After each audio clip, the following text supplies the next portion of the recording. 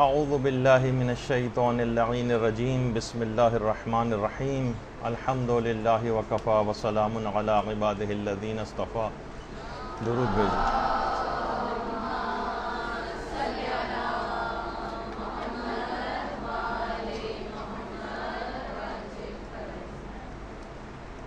آج کا دن گزرے گا اور جو شب شروع ہوگی وہ شب قدر ہوگی. ان احتمالی تاریخوں میں سے ایک کہ جس میں شب قدر کو واقع ہونا ہے. دیکھیے، دنیا اور آخرت کے جتنے بھی تمام کام ہیں، یہ علماء فرماتے ہیں کہ یہ بھی کچھ لو اور کچھ دو کی پالیسی پر یا اصول پر چلتے ہیں. ہم اللہ سے بہت کچھ چاہتے ہیں. اس رات آپ کتنی دعائیں کریں گی، کتنی حاجات طلب کریں گی، آپ اللہ سے بہت کچھ چاہتی ہیں، لیکن اس کے مقابلے میں اللہ کا بھی آپ سے کچھ تقاضا ہوتا ہے. رسول کی اور ائمہ کی شفاعت آپ کو درکار ہے، تو رسول اور ائمہ بھی کچھ آپ سے تقاضا کرتے ہیں اور اپنی اطاعت کو طلب کرتے ہیں. بالکل اسی طرح سے یہ جو رات شب قدر ہے، اس رات میں آپ کو بہت کچھ اس شب قدر سے چاہیے، بہت کچھ چاہیے. کتنی دعاؤں کی ایک بہت بڑی لسٹ ہوگی آپ کے پاس کہ ساری رات بھی ختم ہو جائے تو وہ دعائیں ختم نہ ہوں. اتنا کچھ آپ کو اس شب قدر سے چاہیے، تو اس رات کا بھی آپ سے کچھ ایک تقاضا ہے. یہ رات بھی آپ سے کچھ چاہتی ہے. جیسے کہ میں نے کہا کہ چاہے دنیا ہو یا آخرت، چاہے کسی بھی طرح کا کوئی معاملہ ہو، ہر جگہ کچھ لو کچھ دو کا اصول چلتا ہے. جب شب قدر سے ہمیں اتنا کچھ چاہیے تو یہ شب قدر بھی ہم سے کچھ تقاضا کرتی. دیکھیے، ہر اسلامی حکم کی ایک علت ہے، ایک وجہ ہے. جتنے بھی اعمال آپ انجام دیتی ہیں، جتنے بھی آپ اذکار پڑھتی ہیں، جتنی یہ دعائیں پڑھتی ہیں، اس کے اندر ایک خاص حکمت پوشیدہ. عبادات کے اندر کچھ خاص اسرار ہیں، کچھ وجوہات ہیں، کچھ علتیں ہیں، کچھ حکمتیں ہیں، کچھ پیغامات پوشیدہ ہوتے ہیں. اعمال شب قدر جو آپ انجام دیں گی، جن کا بھی ہم ایک تذکرہ کریں گے، ان سب کے اندر کیا کیا پیغامات آپ کے لیے ہیں، وہ چاہتے کیا ہیں وہ اعمال، وہ آپ کے اندر کون سی تبدیلیاں دیکھنا چاہتے ہیں، اس کا آج ہم تذکرہ کریں گے کہ یہ شب قدر یہ آپ سے کیا تقاضا کر رہی ہے، اس کے اعمال جو آپ انجام دیں گی آپ سے کیا تقاضا کرتے ہیں. دیکھیے، ہر چیز کی ایک حکمت اور فلسفہ ہے نا، جو کہ ابھی ہم ڈسکس کر رہے ہیں. جیسے کہ نماز ہے، بری اور بے حیائی کی باتوں سے آپ کو روکتی ہے. روزہ ہے، اس کا بھی ایک وجہ بتائی گئی ہے تاکہ آپ کے اندر تقوی پیدا ہو جائے. زکوٰۃ ہے، یہ آپ کے مال کو پاک کرتی ہے، اس کا ایک الگ فلسفہ اور اس کے اندر ایک الگ پیغام ہے. وضو جو آپ انجام دیتی ہیں، یہ آپ کی روح کو پاکیزہ کرتا ہے. وضو یہ سید حسن نصر اللہ کی جوانی کی تصویر ہے. ارادوں کے اعتبار سے تو ابھی بھی جوان ہے ماشاءاللہ، لیکن بہرحال تو وضو اس کے اندر انسان کی روح پاک ہوتی ہے. اسی طرح سے حج، یہ فقر و فاقے کو دور کرتا ہے اور مزید سینکڑوں ہزاروں لاکھوں فائدے حج کے. بس اسی طرح سے شب قدر کی اعمال کہ اس میں یہ رات جو کہ 1000 مہینوں سے بہتر ہے، اس کے اندر بھی کچھ ایسے ہی پیغامات موجود ہیں. اور اس شب قدر کا تقاضا یہ ہے، جو اس تمام باتوں کا ایک نچوڑ آپ کے سامنے شروع میں پیش کر دو، پھر ہم اس کو ایکسپلین کریں گے. شب قدر کے جتنے بھی اعمال ہیں، ان سب کا تقاضا یہ ہے کہ ان کو سارا سال اپنی زندگی پر محیط کر دیا جائے. یہ اس میں آپ کی تقدیر لکھی جاتی. یہ جو آپ اعمال شب قدر اس رات کو انجام دیتی ہیں، یا آپ ایک لحاظ سے آپ کو یہ دعا کرنی چاہیے کہ پروردگار یہ میں سارا سال کروں، ان پہ سارا سال کاربند رہوں، یہ میری تقدیر میں لکھ دیے جائیں۔ اب اس کی تفصیل جو ہے وہ آگے چل کر آئے گی۔ دیکھیے عبادات جو ہیں یہ کسی رسم کا نام نہیں، شب قدر کسی رسم کا نام نہیں، یہ گنتی کی کچھ عبادات کے مجموعے کا نام نہیں ہے کہ آپ نے 15 16 18 20 اعمال لکھ لیے اور اس کے بعد ٹک لگاتے چلے گئے، ایک فہرست آپ نے بنا لی۔ یہ آپ میں ایک بندگی پیدا کرنے کا جذبہ پیدا کرنا چاہتے ہیں، ایک بندگی کا۔ یہ رات آپ کے اندر ایک ایسا جذبہ پیدا کرنا چاہتی کہ پورے سال آپ کو کیا کرنا ہے، پورا سال کیسے گزارو، زندگی کا طریقہ کار کیا ہو۔ اور یہی وجہ ہے کہ پیغمبر اسلام ختمی مرتبت صلی اللہ علیہ وآلہ وسلم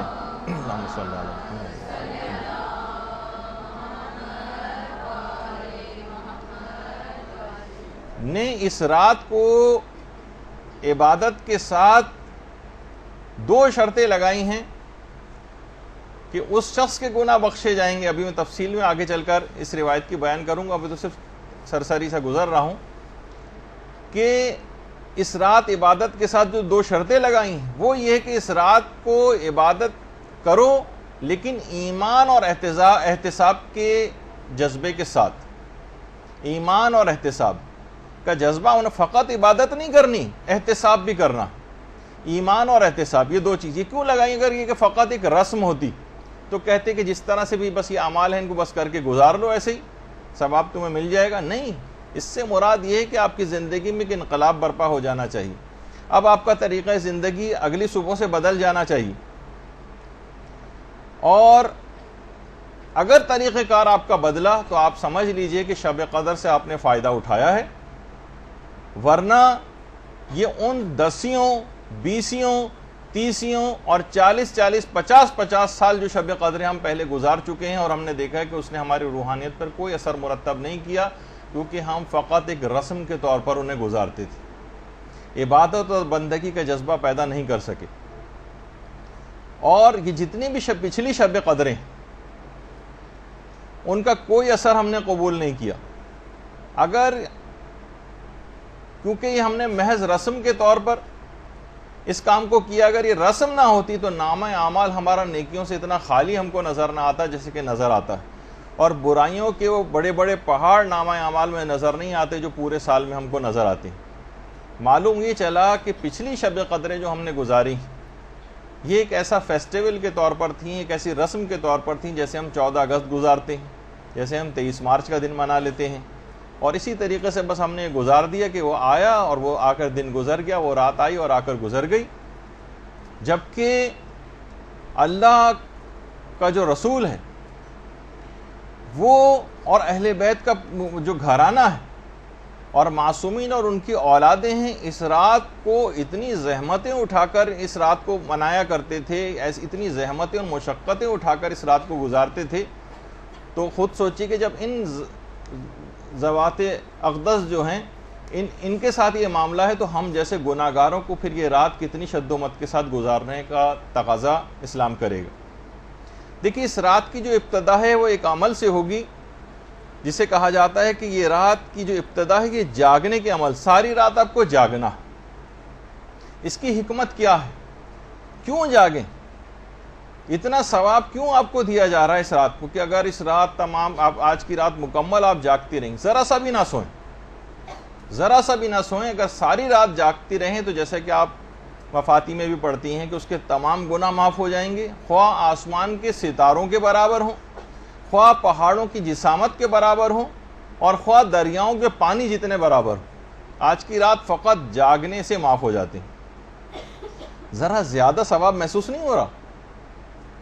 ہم جیسے جن کا ظرفیت بہت کم ہے انہیں واقعی ثواب بہت زیادہ لگتا، لیکن وہاں وہ خالق کون و مکان کہ جس کے ظرف کی کوئی حد اور انتہا نہیں، وہ دینے کو تیار بیٹھا ہوا ہے، اور ہم ایک بہت سرسری انداز سے بس ایک رسم کے طور پر شب قدر آئی اور کس طریقے سے رات گزر جائے، بس یہ جلدی جلدی ٹک لگا کے ہم اس اعمال کو انجام دے دیں، اور بس اپنی ایک لحاظ سے جان چھڑانے والا جو ہے وہ عمل اس کو سمجھیں، یہ انتہائی بدنصیبی والی بات ہے۔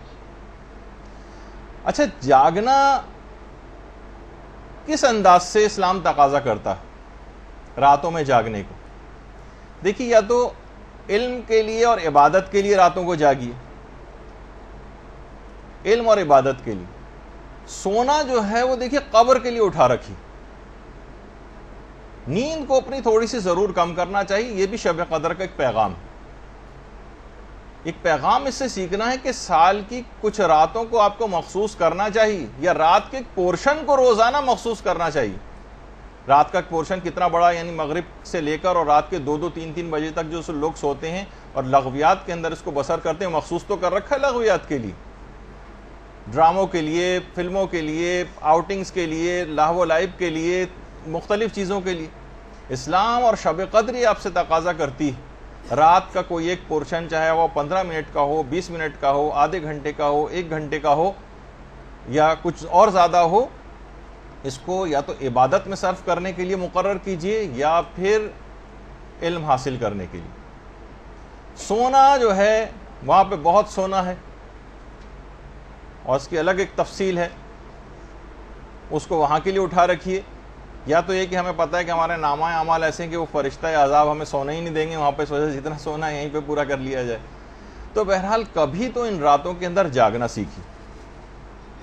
یاد رکھ لیجئے کہ آپ کا اس انداز سے علم اور عبادت کے لیے راتوں کو جاگنا جو شب قدر کا ایک پیغام ہے، جاگنے کے ذریعے، ورنہ یہ بھی کہا جاتا ہے کہ سو لو 2-3 گھنٹے کے اندر اعمال کر لینا۔ کیوں تقاضا ہے کہ ساری رات جاگو اور اتنا زیادہ ثواب آپ کو دیا گیا ہے، تاکہ اس کو سال کے دیگر مہینے کی جو راتیں ہیں ان کے اندر بھی آپ اس کو رائج کریں، کہ آپ کا اس انداز سے جاگنا اور علم اور عبادت کے لیے رات کے اندھیرے میں یہ آپ کی قبروں میں اجالا بکھیر دے گا۔ راتوں کی قدر پہچانیے، راتیں بہت قیمتی ہیں۔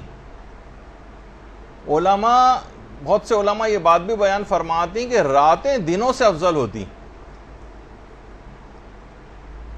قرآن کا لوح محفوظ سے زمین پر نازل ہونا یہ رات کے وقت ہوا، انا انزلناہ فی لیلۃ القدر، یہ شب میں ہوا ہے، دن میں نہیں ہوا۔ اور علماء یہ بھی فرماتے ہیں کہ راتوں میں سے جو ایک رات ہے اس کے متعلق یہ بات کہی گئی ہے کہ یہ 1000 مہینوں سے افضل ہے۔ کسی دن کے متعلق یہ بات نہیں کہی گئی کہ فلاں دن جو ہے 1000 مہینوں سے افضل۔ شب جمعہ یہ بھی رات ہے، شب قدر یہ بھی راتیں ہیں، شب نیمہ شعبان اس کی کتنی فضیلت ہے، اور شب معراج اور شب برات وغیرہ، اسی طریقے سے شب عاشور، یہ ساری راتیں انتہا سے زیادہ عظیم راتیں۔ اور یہ بات بھی یاد رکھ لیجئے کہ تقدیریں جو آپ کی لکھی جاتی ہیں شب میں لکھی جاتی ہیں، دن میں نہیں لکھی جاتی۔ شب قدر میں آپ کی تقدیر لکھی جاتی ہے۔ رات کو بہرحال یہ کہ سکون اور اطمینان ہوتا ہے، دن پروردگار نے مشقت کے لیے بنایا۔ اور یہ جو راتیں ہیں اس کا جو 1/3 حصہ ہے وہ اس میں اللہ اپنے بندوں سے بہت قریب ہو جاتا ہے، بہت قریب۔ اور جو بندہ بھی بستر کو چھوڑ کر عبادت کے لیے جاتا ہے، اپنے پہلوؤں کو بستر سے الگ کرتا ہے، روایات میں ہے کہ اللہ اسے بغیر کسی حساب کے جنت میں داخل کرے گا، بغیر حساب کے۔ اللہم صلی علی محمد۔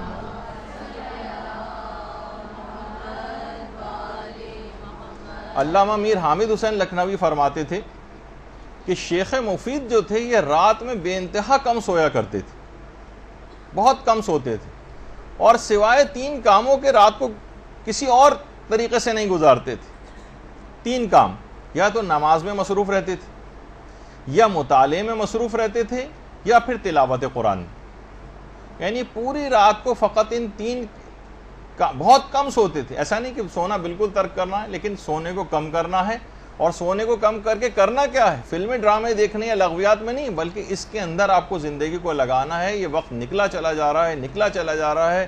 فرشتہ اجل جو ہے اس کی آواز پہ لبیک کہنا ہے، وہ وقت کم سے کم تر ہوتا چلا جا رہا ہے، اور ہم خواب خرگوش کے مزے لیتے رہیں۔ تو شیخ مفید کا طریقہ کار یہ تھا۔ شب قدر کا دیکھیے پیغام رات کو جاگنے کا۔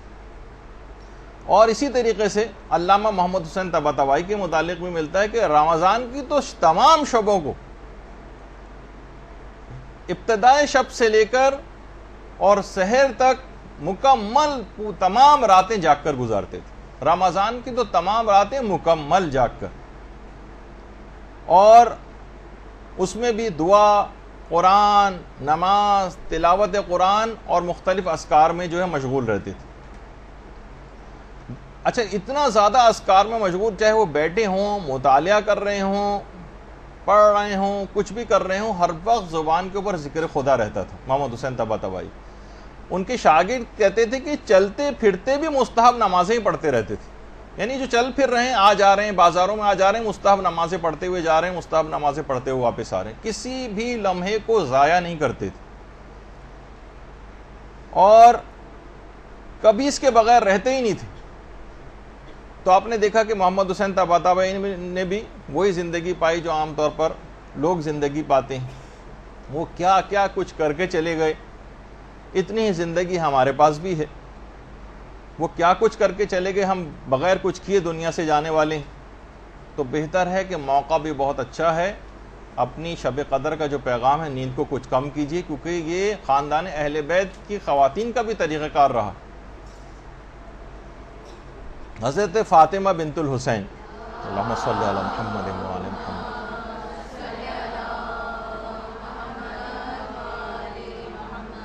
جو امام حسن کی بہو تھی، حسن مثنیٰ سے جن کی شادی ہوئی تھی، پوری رات عبادت میں قیام میں بسر کرتی تھیں اور پورے دن روزہ رکھتی تھیں، کیونکہ وہ سورج اتنے بڑے بڑے ائمہ کی صورت میں موجود ہیں کہ بہت سے جو ان سے غیر معصوم خاندان اہل بیت کے کہ ان کی شخصیت ذرا ان کا اتنا تذکرہ نہیں ہو پاتا، اور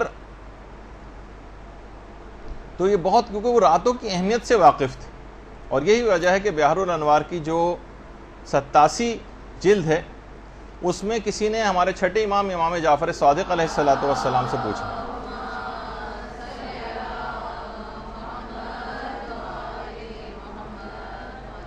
کسی نے پوچھا کہ مولا، ایک شخص یہ کہتا ہے کہ پیغمبر اسلام نے یہ بات کہی ہے، یعنی پیغمبر سے اس بات کو کوٹ کرتا ہے کہ شب کی، رات کی ایک ساعت ایسی ہے کہ جس میں پروردگار عالم اپنے بندوں کی جو دعا کریں وہ ضرور قبول کرتا ہے، جو دعا کریں۔ کیا یہ بات صحیح ہے؟ پیغمبر نے ایسا کہا ہے رات کی کوئی ساعت ایسی ہے؟ امام نے فرمایا کہ ہاں ایسا ہی۔ کہا کہ مولا وہ وقت کون سا ہے؟ فرمایا نصف شب سے لے کر رات کے آخری 1/3 حصے تک۔ نصف شب سے یعنی سمجھیں وہ 12 ساڑھے 12 کے قریب کا جو وقت ہوتا ہے وہاں سے لے کر، اور جہاں سے رات کا آخری 1/3 شروع ہوتا ہے، یہ خاص وقت ہے کہ پروردگار اس میں جو دعا کریں گے وہ قبول کرے گا، جو دعا کریں گے وہ قبول کرے گا۔ پھر راوی نے پوچھا کہ مولا کیا کوئی خاص اور معین شب مراد ہے اس سے کہ جس میں پروردگار دعا قبول کرتا ہے؟ امام نے فرمایا نہیں، ہر شب، ہر رات ہم لوگ کتنا زیادہ بہت ساری دعائیں قبول کروانے کے لیے کتنی تگ و دو کرتے ہیں، کا خاص وقت نصف شب سے لے کر رات کا آخری 1/3 حصہ جہاں سے شروع ہوتا ہے، سمجھیں جیسے 12 بجے سے لے کر اور 3 بجے تک کے درمیان کا وقت، یہ خاص طور پر عبادت کا ہے۔ اس میں کچھ نہ کچھ نماز شب وغیرہ کے لحاظ سے اپنے آپ کو عادی بنانا ہے، جس کا بھی آگے چل کر تذکرہ آئے گا، اور اسی میں اپنی دعاؤں کے لیے بھی مخصوص کیجئے کہ ہر دعا لازماً پروردگار نے، اور ہر شب کے لیے حکم ہے، کوئی مخصوص شب بھی مراد نہیں۔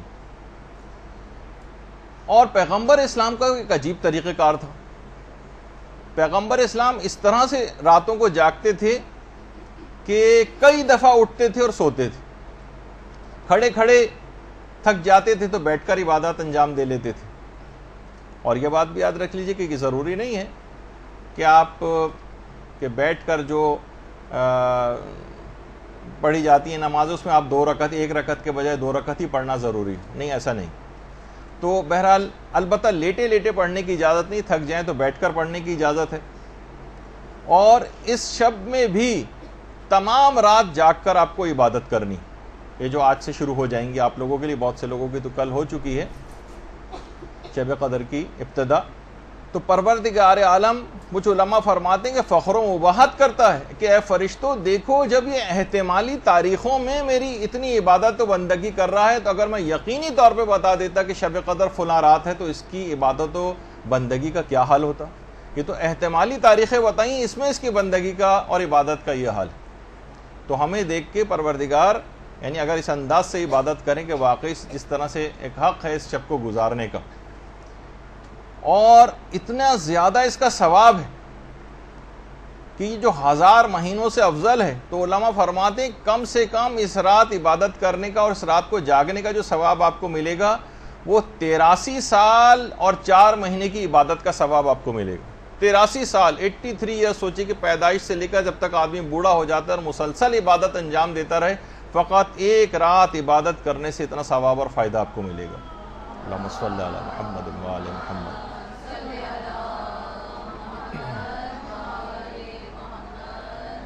اب یہ جو اس شب داری کا جو ابتدا ہوئی ہے، یعنی رات میں کسی حد تک جاگنا، یہ آپ کو شب قدر کے اس سے پیغام لینا ہے کہ اب سال کی دیگر راتوں میں اپنی راتوں میں کوئی ایک وقت عبادت خدا کے لیے، چاہے وہ ویکینڈ ہو، چاہے وہ عام راتیں ہوں، علم حاصل کرنے کے حوالے سے، تلاوت قرآن کرنے کے حوالے سے، نمازیں اپنی قضا واجبات ادا کرنے کے حوالے سے کوئی ایک وقت ضرور مقرر کر لیں، ورنہ یہ وقت گزر جائے گا اور یہاں تک کہ ہمیں لوگوں کے کندھوں پر سوار ہو کے اپنی فائنل ڈیسٹینیشن تک پہنچ جانا ہو۔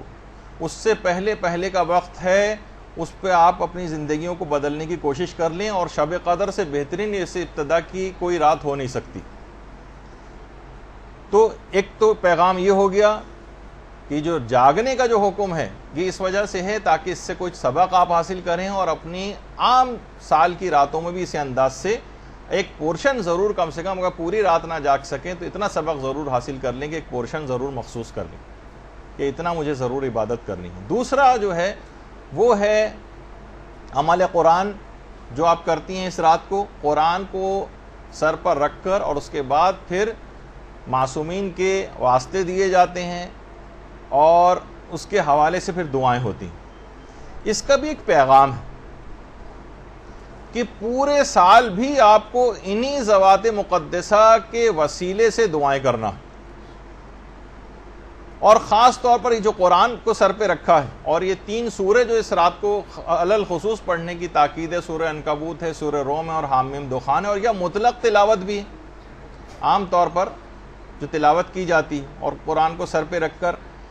تو یہ بات یاد رکھ لیجئے کہ ویسے تو میں نے پچھلے سال بھی بتایا تھا کہ جو قرآن سر پہ رکھے جاتے ہیں تو علماء اس متعلق کیا بات بیان فرماتے ہیں کہ اس میں کون سی 4 نیتیں ہونی چاہیے، وہ پچھلے سال والا درس آپ سن لیجئے گا کہ قرآن کو سر پہ رکھتے وقت 4 نیتیں کرنا، جس کا بھی وقت نہیں ہے وہ تو پچھلے سال ہم نے بیان کر دیا، اور ہمارے ویمیو چینل کے اوپر بھی وہ اپلوڈڈ ہے۔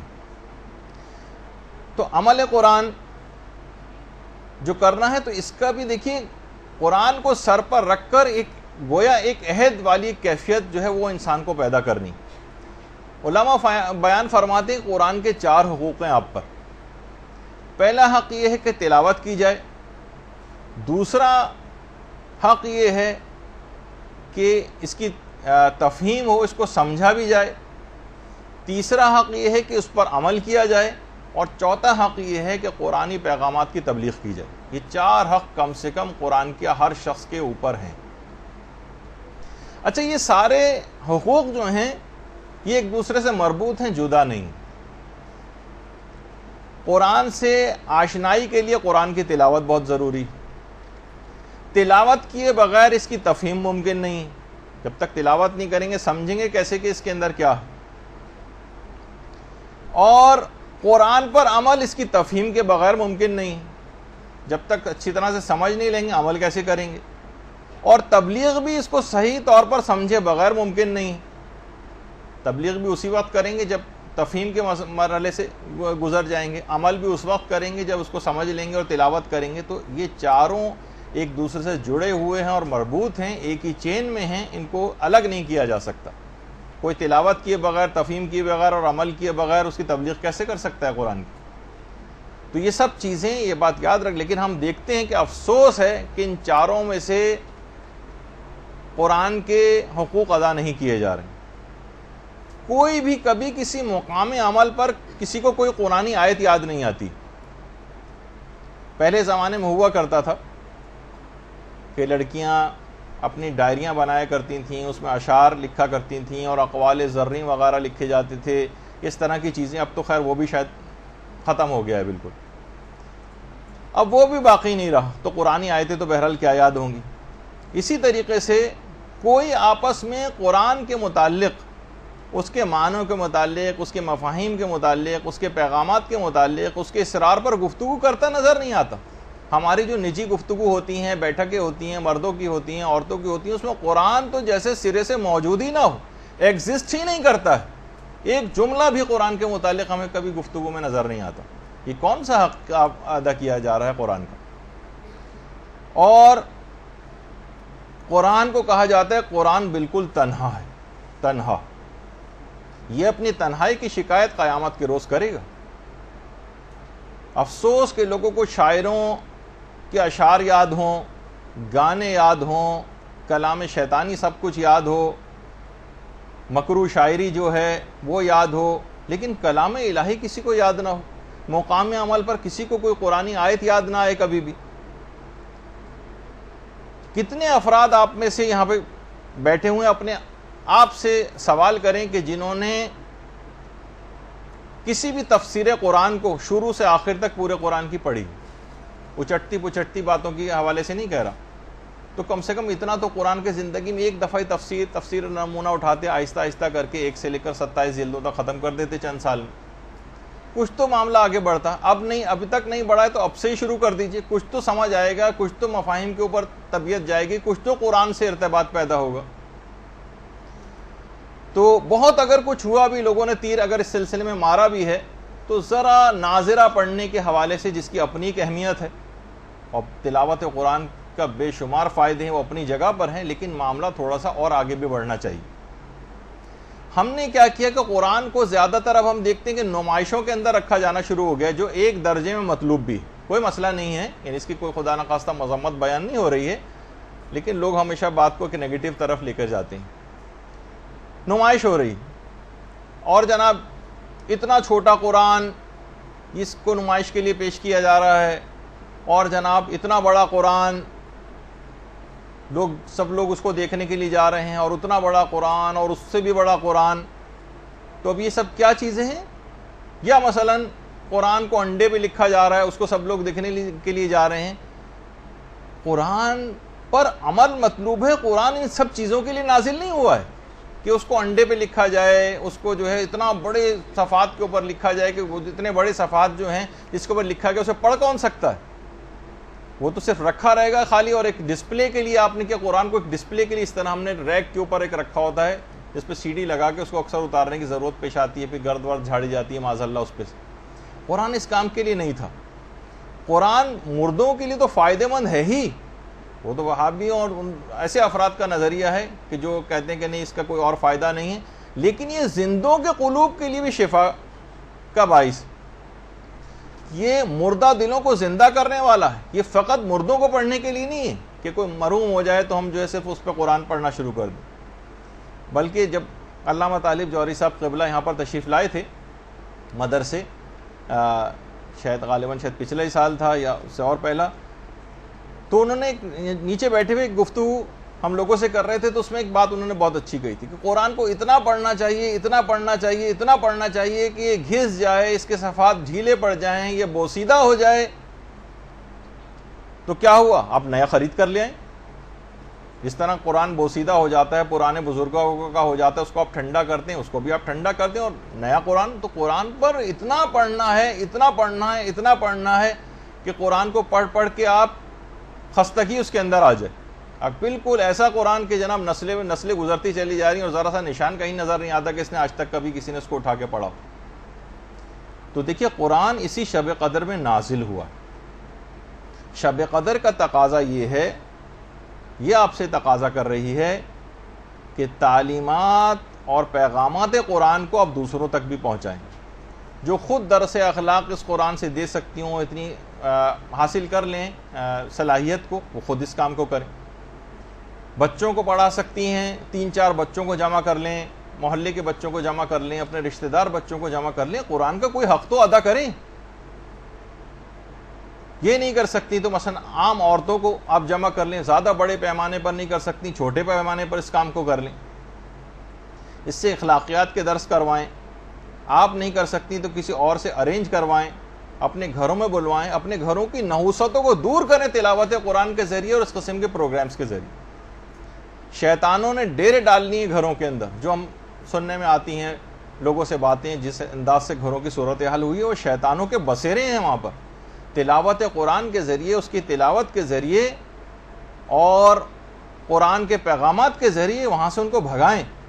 بہت سارے وہ افراد کے جو کہ بزرگ ہو گئے، وہ یہ نہ سوچیں کہ ہم نے تو قرآن نہیں پڑھا اب ہم کیسے پڑھیں، نہیں، بزرگ بھی اپنے لیے ٹیوشن لگوائیں، سال 2 سال کے اندر ان کا بھی انشاءاللہ قرآن ختم ہو جائے گا کہ اس دنیا سے قرآن کی جو تلاوت کا جو حق ہے صحیح طور پر پڑھنے کا، کم سے کم ایک مرتبہ تو تلاوت قرآن کر کے جائیں، ورنہ قبر میں جا کر جو حسرت ہوگی اس کا پھر اس وقت کوئی مداوع نہیں ہوگا۔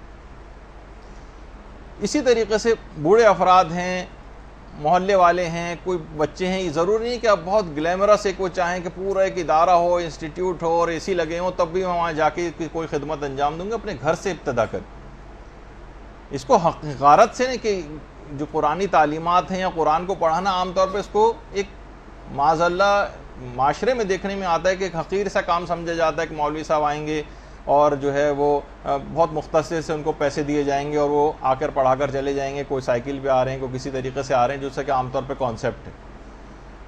کتنی بڑی خدمت کو کوئی انجام دینے آ رہا ہے آپ کو بچے کو سکھانے کے لیے، کس طریقے سے ائمہ کا طریقہ کار ہوا کرتا تھا، کیسا موتیوں سے منہ بھر دیا کرتے تھے، کیونکہ اہمیت سے واقف تھے۔ اسی طریقے سے قرآن کی تفسیر کے جو کوئی خاتون معلمہ آپ کو مل سکتی ہوں، کوئی سینئر مل سکتی ہوں، آپ خود نہیں دے سکتی تھی، کسی کو ارینج کروا سکتی ہوں، آپ بلوائیے، کسی عالم کو بلوائیے، یہ تو خیر مرجع لیول کے چھوٹے عالموں کو بلوائیے کہ جو قرآن کے سلسلے میں، تاکہ کسی طور پر قرآن کا حق ادا ہو سکے۔ وہ 3 چیزیں تو آپ کو گھر پہ عمل کرنا، اور تبلیغ والا جو ہے یا تو خود آگے بڑھ کے اتنا علم حاصل کر لیں کہ اس کو اس کے اوپر کچھ تبلیغ اس کی کروا سکیں، یا یہ کہ کسی عالم کو بلوائیں۔ اپنی پوری زندگی قرآن کی کوئی خدمت تو کر جائیں۔ کیا قرآن کی کوئی خدمت کیے بغیر ہم مرنا چاہتے ہیں؟ کیا ہم یہ چاہتے ہیں کہ قرآن کل ہماری شکایت کرے؟ دیکھیں امام خمینی تک اپنے بہت سے جلسوں کے اندر طالب علموں کو، بچوں کو کھڑا کر کے تلاوت قرآن سنا کرتے تھے۔ بہت اہمیت کے متعلق معلومات تھیں، تو تاکہ کل یہ آپ کی شکایت نہ کریں۔ قرآن جب شب قدر میں نازل ہوا ہے تو اس رات کا تقاضا اور پیغام یہ ہے کہ اس قرآن کی تعلیمات کو پھیلانے میں آپ اپنا کردار ادا کریں، ورنہ قبر میں اس وقت افسوس کا کوئی فائدہ نہیں ہوگا کہ جب کہ قبر کی وحشتناک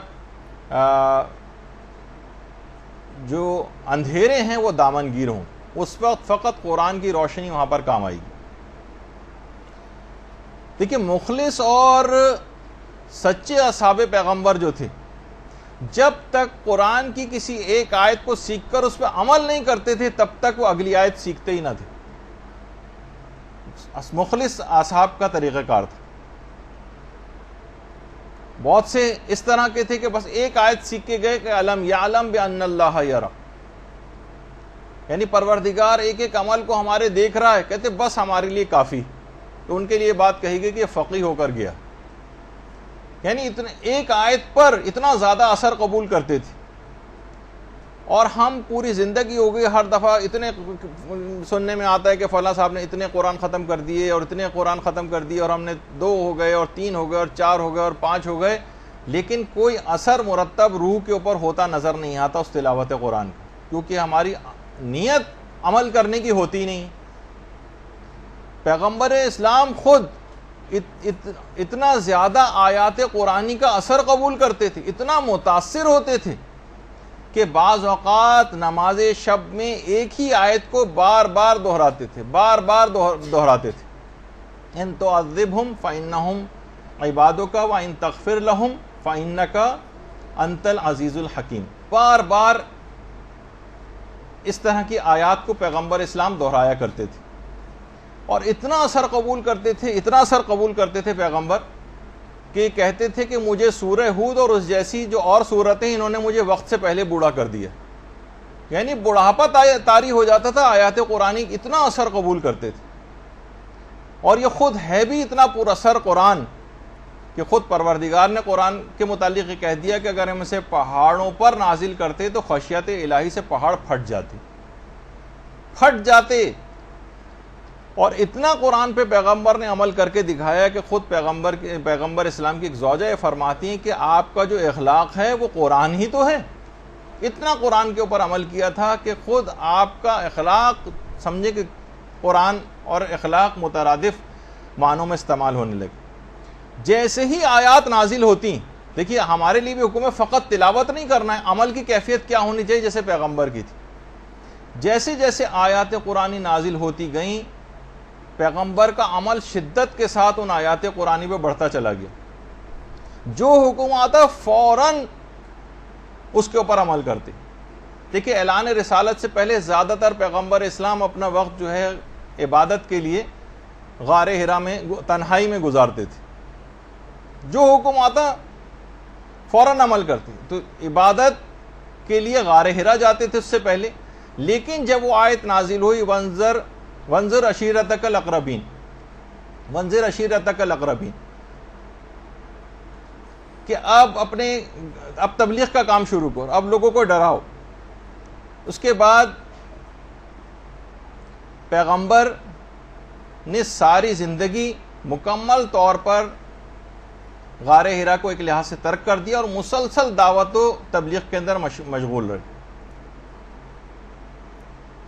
اور بالکل نہ گھبرائے، نہ کبھی اکتائے، نہ، اور آخری سانس تک تبلیغ کے اندر مصروف رہے. اچھا ادھر صبر و استقلال کا حکم آیا قرآن کے اندر، تو کافروں کی کتنی زیادہ مخالفت تھی. طائف میں جاہلوں نے کیسا پیغمبر پہ تشدد کیا تھا، اور مدینے کے جو یہودی تھے اور منافقین تھے ان کی سازشوں کے سامنے پیغمبر صبر و ثبات کا ایک پہاڑ بن کر کھڑے ہو گئے. ایسا عمل کیا.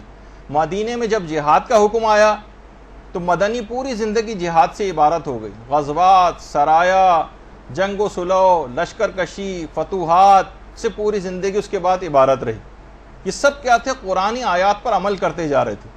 پریشان حال کی پریشانی کو دور کرنے کا حکم آیا تو قرضے لے کر حاجت مندوں کی جو حاجت روائی کرنے لگے. قرآن میں عہد کی پابندی کا حکم آیا کہ اپنے عہد کو پورا کرو. اتنا ایفائے عہد کیا کہ دشمن تک آپ کے وعدوں کا اعتبار کرتے تھے اور رتی برابر، ذرہ برابر بھی شک نہیں کرتے تھے کہ پیغمبر جو ہے اس کی وعدہ خلافی کر سکتے ہیں. درگزر کرنے کا، معاف کرنے کا حکم آیا. پیغمبر نے اتنا عمل کیا کہ کسی سے کبھی کوئی انتقام نہیں لیا. عدل و انصاف کرنے کا حکم آیا. اتنا عمل کیا کہ دشمنان تک پیغمبر کے دیکھ کر حیران رہ جاتے تھے کہ کس طرح سے اتنا عدل و انصاف ممکن ہے. حکم شکر آیا قرآن کے اندر، تو پیغمبر اتنا شکر گزار بندے بنے، اتنا شکر کہ اتنی عبادت کرتے کہ ساری رات گزار دیتے. سوتے وقت، سونے کے لیے جاتے تو شکر کرتے، جب بستر سے اٹھتے تو شکر کرتے، کوئی نعمت ملتی تو شکر کرتے، کھانا کھانے کے بعد شکر کرتے، لباس جب اس وقت تبدیل کرتے اس وقت شکر کرتے، آئینہ دیکھتے اس وقت شکر کرتے، چاند دیکھتے اس وقت شکر کرتے، وضو کرتے، وضو کرنے کے بعد شکر کرتے، بیمار پرسی کے لیے جاتے اس وقت شکر خدا انجام دیتے، خریداری کے لیے بازاروں میں جاتے تو شکر کرتے. کوئی زندگی کا لمحہ ایسا نہیں تھا کہ جب پیغمبر حمد و شکر نہ بجا لاتے ہوں قرآن پر عمل کرنے کی وجہ سے. اور جب قرآن کی وہ آیت نازل ہوئی کہ وَكُلُوا وَاشْرَبُوا وَلَا تُسْرِفُوا، کہ کھاؤ پیو اور اسراف نہ کرو، تو بھوک جب تک نہ لگتی نہ کھاتے پیغمبر. اور تھوڑی سی بھی اگر بھوک باقی رہ جاتی تھی تو اپنے ہاتھ کو کھینچ لیا کرتے تھے. پانی کے استعمال میں اتنا زیادہ محتاط ہو گئے کہ اس کے بعد کہا کہ اس پانی کے سلسلے میں بھی اسراف نہ کرو، اگرچہ تم بہتے ہوئے دریا کے قریب ہی کیوں نہ ہو. تو اتنی عبادت کرتے، اتنا شکر ادا کرتے کہ بالآخر پروردگار کو یہ کہنا پڑا کہ قوم اللیل الا قلیلا، کہ رسول ذرا کم عبادت کرو راتوں میں. کتنی مثالیں دی جائیں کہ پورا قرآن پیغمبر اسلام کی سیرت کا ترجمان بن گیا. یہ ہیں اللہم صلی علی محمد وعلی محمد.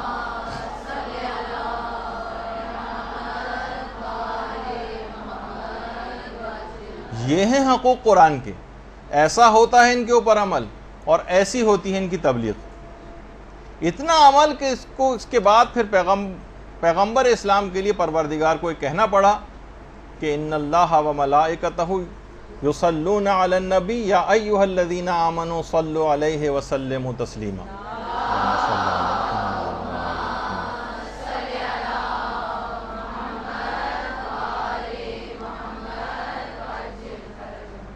دیکھیں یہ ہے تقاضا شب قدر کا، جو آیت پڑھیں اس پر عمل کرنے کی کوشش کریں، جیسے کہ پیغمبر اسلام نے کیا۔ اچھا، اب ورنہ کیا ہوگا؟ ایک رسم کے طور پر گزارا جائے گا قرآن کو سر پر رکھ کر، کچھ سورہ رسمن پڑھ لیے جائیں گے، جلدی جلدی صفحات گنے جائیں گے کہ اب سورہ روم میں کتنے صفحے باقی رہ گئے، اب عنکبوت میں کتنے صفحے باقی رہ گئے۔ اس سے ثواب تو مل جائے گا وہاں پہ، کیونکہ ثواب میں کوئی بخل نہیں ہے پروردگار کے ہاں، لیکن جو اثرات آپ کی روح پر مرتب ہونے چاہیے تھے وہ اثرات مرتب نہیں ہوں گے اگر اس انداز سے رسمی طور پر ان راتوں کو گزارا گیا جیسے پچھلے سالوں میں گزارا جاتا رہا۔ اچھا، اس کے بعد 2 رکعت نماز شب قدر کے اندر پڑھی جاتی ہے، جس میں الحمد کے بعد ہر رکعت میں 7 مرتبہ سورہ قل ھو اللہ احد پڑھی جاتی۔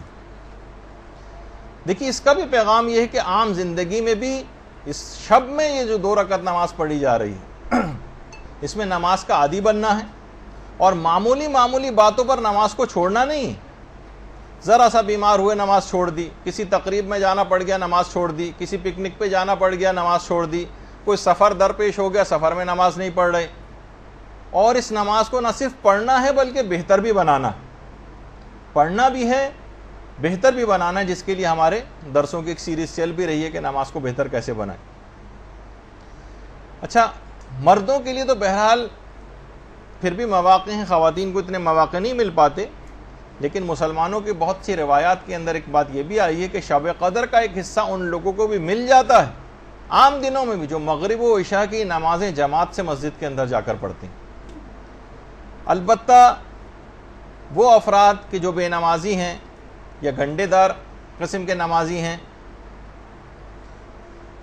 وہ اس رات کی، کیونکہ اس سے پیغام ہی انہوں نے کوئی نہیں لیا، جو 2 رکعت نماز بھی پڑھی بس اس رات کی حد تک رہے، اس کو پھیلایا نہیں اس شب قدر کو تمام راتوں کے اوپر۔ تو کیا اس سے ہوتا ہے کہ اکثر لوگ یہاں پر رابطہ کرتے ہیں مدرسے میں کہ ہمارے والد تھے، 70 سال کی عمر تھی، 90 سال کی عمر تھی، اور پوری زندگی میں ایک نماز بھی نہیں پڑھی، ان کی نمازیں پڑھوانا۔ پھر جب ان کو بتاتے ہیں ان کے روزوں کا وہ بتاتے ہیں سلسلہ کہ یہ، تو سوچتے ہیں کہ تمہیں پوری جائیداد ہی ابا کے لیے جو قربان کرنی پڑے گی۔ تو اولاد بھی پریشان ہو جاتی ہے کہ اتنے روزے اور ان کی اتنی نمازیں کیسے کروائیں۔ باقاعدہ جو کتاب ہدیہ مبلغین ہے اس میں کتاب شناخت نماز کے حوالے سے ایک روایت کو نقل کیا گیا،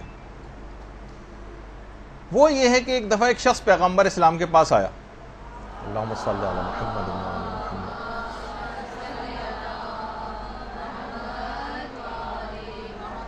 کہنے لگا یا رسول اللہ میں بہت مالدار شخص تھا، اب میں بالکل فقیر ہو گیا ہوں۔ پیغمبر نے کہا کیا تم نماز نہیں پڑھتے ہو؟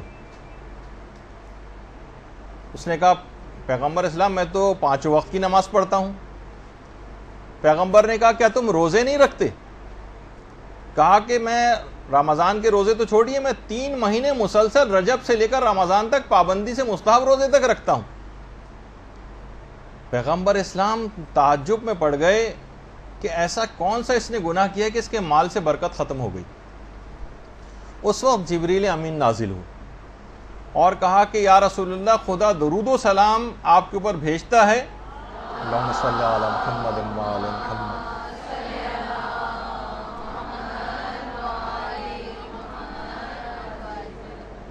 آپ اس بندے سے کہہ دیں کہ اس کا جو باغ ہے اس باغ کے اندر ایک گھونسلہ ہے چڑیا کا، اس گھونسلے میں ایک بے نمازی کی ہڈی کا ایک ٹکڑا موجود ہے جس کی نحوست کی وجہ سے تمہارے مال میں بالکل برکت ختم ہو گئی اور تم مفلس و نادار ہو گئے۔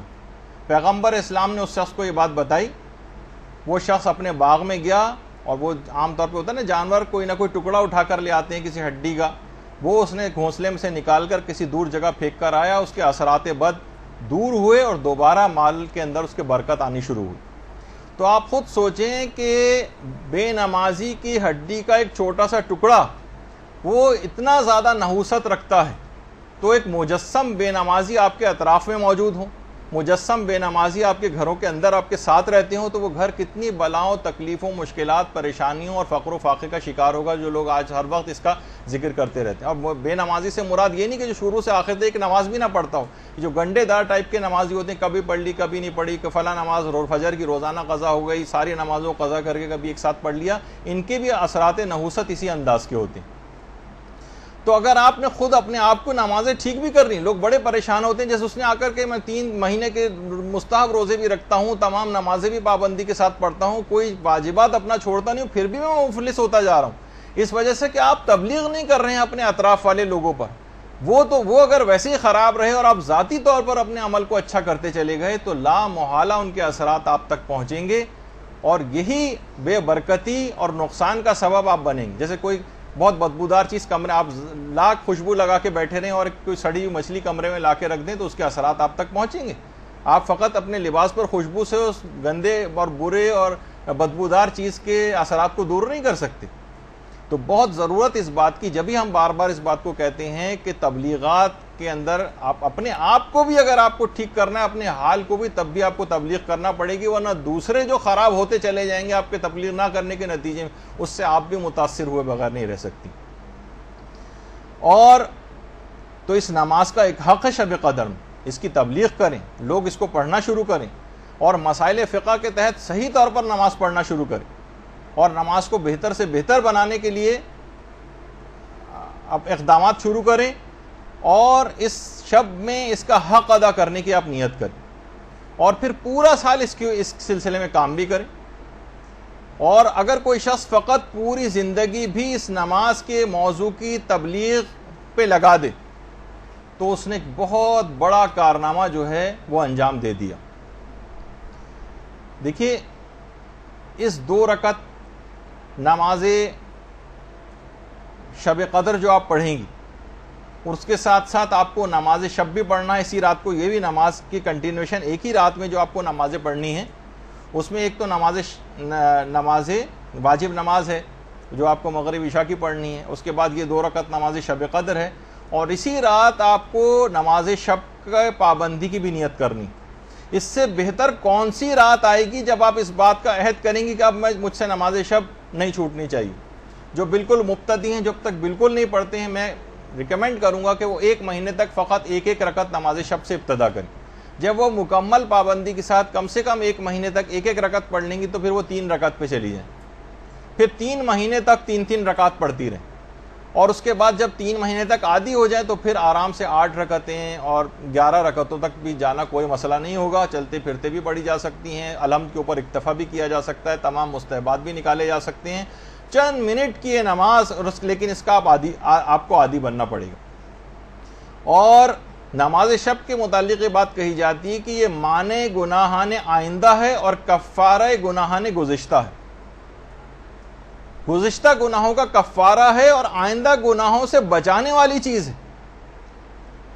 اور یہی وجہ ہے کہ باقاعدہ میں وہ تصویر تو نکال نہیں سکا کہ امام خمینی نے آپریشن سے پہلے جب مسلسل آکسیجن لگی ہوئی تھی، ایک تو یہ ہے آپ کے سامنے، اس کے بعد پھر ایک اور بھی ہے جس کی تصویر کا میرے پاس وقت نہیں تھا اس کو نکال سکوں، لیکن مسلسل ناک پہ آکسیجن لگی ہوئی تھی۔ اسی حالت میں امام خمینی نے اپنی واجب نمازیں، ظہر عصر کی نماز اس میں پڑھی تھی آپریشن سے پہلے، حتیٰ اسی آکسیجن لگی حالت میں نماز شب بھی ادا کی تھی، ورنہ جو اتنا کریٹیکلی ال پیشنٹ ہو اور بالکل ایکسپائر ہونے والا ہو، اور اس کی جو صورتحال اس وقت ہوتی ہے کہ اس میں اپنے آپ کا اس کو ہوش نہیں ہوتا، اس میں بھی مستحب نمازیں حتیٰ کہ پوری 11 رکعت نماز شب آکسیجن لگے انہوں نے انجام دی۔ اللہم صلی علی محمد۔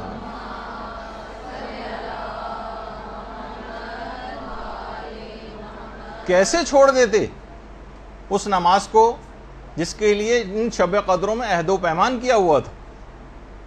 صاحب ارادہ تھے، ہماری طرح تو نہیں تھے کہ ذرا سی ہاتھ کے اوپر اگر ڈرپ لگ جائے تو ہم اس کو چھوڑ دیتے ہیں. امام خمینی کی حد تک تو ہے ہی بات, لیکن آیت اللہ آیت اللہ یہ بھی کچھ عرصے پہلے ان کی بھی تصاویر وغیرہ اس انداز سے آئیں گی. ظاہر ہے کہ علماء, امام خمینی کی تو ایک الگ ہی شخصیت تھی کہ ان کو ایک ایک چیز فلم بنائی جا رہی تھی ان کی, تاکہ ان کی شخصیت ایک رہبر کبیر ہونے کے حوالے سے تھی. لیکن دیگر ہمارے مراجع وہ بھی اسی طرح سے عمل کرتے ہیں, تمام مستحبات کے ساتھ عمل ہوتا ہے کہ کس طریقے سے نمازی, اور ان کا بھی یہی طریقہ کار ہے.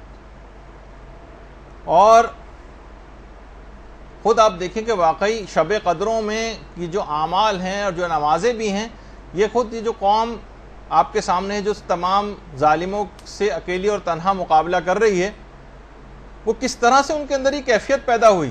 دیکھیں وہاں پہ جو بیمار ہیں, بیمار ہاسپٹلس کے اندر, اب کچھ تصاویر میں آپ کو دکھاؤں گا, اس سے ان لوگوں کا اندازہ ہوگا کہ کتنی ایمانی جذبہ اور اپنے آپ سے ان کا موازنہ کرتی جائیے گا کہ ہم معمولی سی چیزوں میں ڈرپ لگ گئی تو نمازیں چھوڑ دیتے ہیں, ہاتھوں میں کینیولا لگ گیا نمازیں چھوڑ دیتے ہیں, اسپتال میں داخل ہونا پڑ گیا, مریض تو چھوڑیے لواحقین تک نماز چھوڑ دیتے ہیں کہ کیسے یہاں پر نجاست ہے اور فلاں ہے اور کیا چیز ہے. اب آپ دیکھیے ان لوگوں کی حالت کہ وہاں پہ اعمال شب قدر کے لیے مریض تک بستر پہ لیٹ کر اعمال شب قدر جو ہے وہ انجام دے رہے ہیں. جو لواحقین ان کے ساتھ بیٹھے ہیں بجائے کہ فضولیات وقت ضائع کرنے کے, ٹی وی دیکھنے کے, وہ اس کے اندر مشغول ہیں. آپ خود سوچیں کہ ایمانی یعنی کسی بھی جگہ ہونا معنی نہیں ان کے لیے ہوتا ہے کہ وہ جو ہے اس رات کو عبادت جو ہے وہ انجام نہ دیں. حتیٰ کہ جو اتنے قریب المرگ ہیں ان تک کو جو ہے عمل قرآن وغیرہ کروایا جا رہا ہے, اہمیت سے آگاہ ہیں. اور خود پیرامیڈیکل اسٹاف اور ڈاکٹر حضرات بھی بیٹھ کے کرتے ہیں اعمال اسی طریقے سے. یا جو جہاز میں ہیں اور شب قدر گزارنی پڑ رہی ہے تو باقاعدہ ایک کونے میں بیٹھ کے لوگ باقاعدہ اپنے اعمال شب قدر تک انجام جو ہے وہ دیتے ہیں.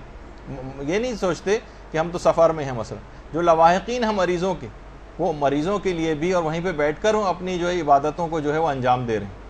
کتنی خواتین اس طرح سے ہیں بالکل قریب المرگ عزیز ان کے موجود ہیں, ان کے جو سرہانے جو ہے وہ بیٹھی ہوئی خواتین ہیں. خود مریض حضرات بھی یہ دیکھیے کہ باقاعدہ, ظاہر ہے کہ سب مریض تو اس طرح سے اسپتال میں نہیں ہوتے نا کہ کچھ بھی نہ کر سکیں, وہ بات بھی کر سکتے ہیں, کچھ چیز پڑھ بھی سکتے ہیں, تو وہ کیوں اپنے وقت کو جو ضائع کریں, وہ اس کو اس طور پر کام میں لے کر آتے ہیں. تو یہاں پہ بھی جو مریض ہیں ان کو کوشش کرنی چاہیے, ان کو چیزیں پڑھ سکتے ہوں تو آپ پڑھنے کو ان کو چیزیں دیں.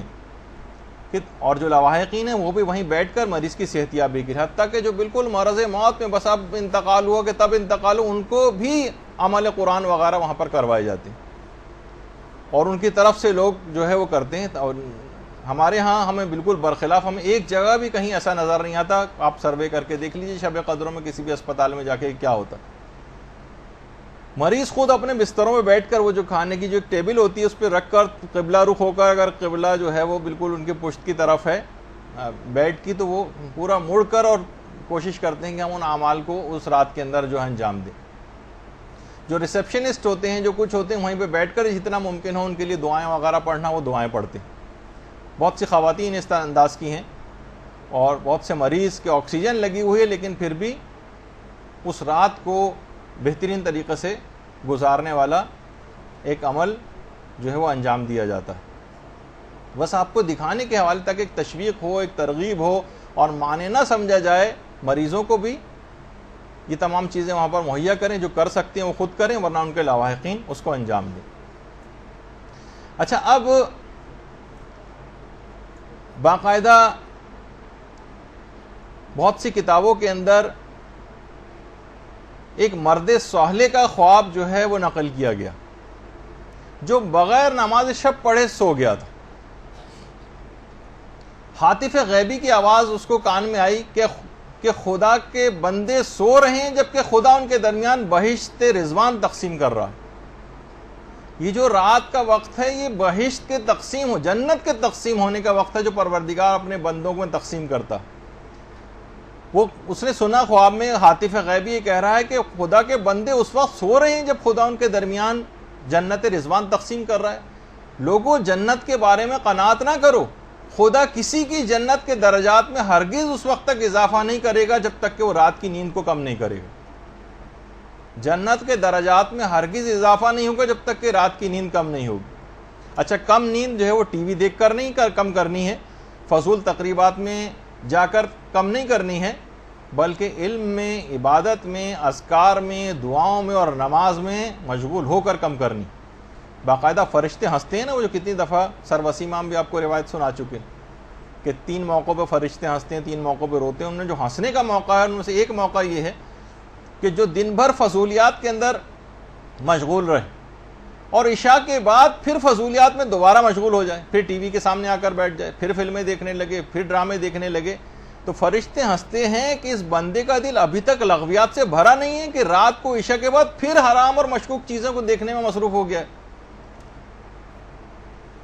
تو بہرحال یہ پھر لغویات کے اندر جو ہے وہ مشغول ہو گیا۔ تو ایک بہت بڑی اور اہم اس کی وجہ یہ ہے کہ ہم سے جو عبادتیں نہیں ہو پاتی۔ دیکھیے ایک بات اس کا آج بھی اس میں بہت ہمیشہ سے ہمارے ہر درس میں اس کا کوئی نہ کوئی تذکرہ آ جاتا ہے کہ آخر اس کے باوجود اتنی اہمیت آپ سن رہی ہیں لیکن اس کے باوجود بھی اٹھ کر جائیں گی تو کتنی کم عامل ہو پائیں گی اس پہ، یہ جو سننے والے ہیں۔ اس کی ایک وجہ کیا ہے؟ وجہ حرام اور مشکوک کمائیاں، خمس اور دیگر حقوق ایسے مالی واجبات ہیں کہ جو کہ ادا نہیں ہوئے اور اس وجہ سے وہ ہمیں نماز شب پڑھنے ہی نہیں دیتے۔ آیت اللہ شیخ قدوسی کہہ رہے ہیں کہ نیہاوند ایک علاقہ ہے، وہاں کے ایک مومن نے ایک دفعہ کھانے کی مجھے دعوت دی۔ میں کھانا کھانے کے لیے گیا، لیکن کھانا کھانے کے بعد ایک ایسا خمار دماغ پہ میرے سوار ہوا کہ مجھے نیند آ گئی۔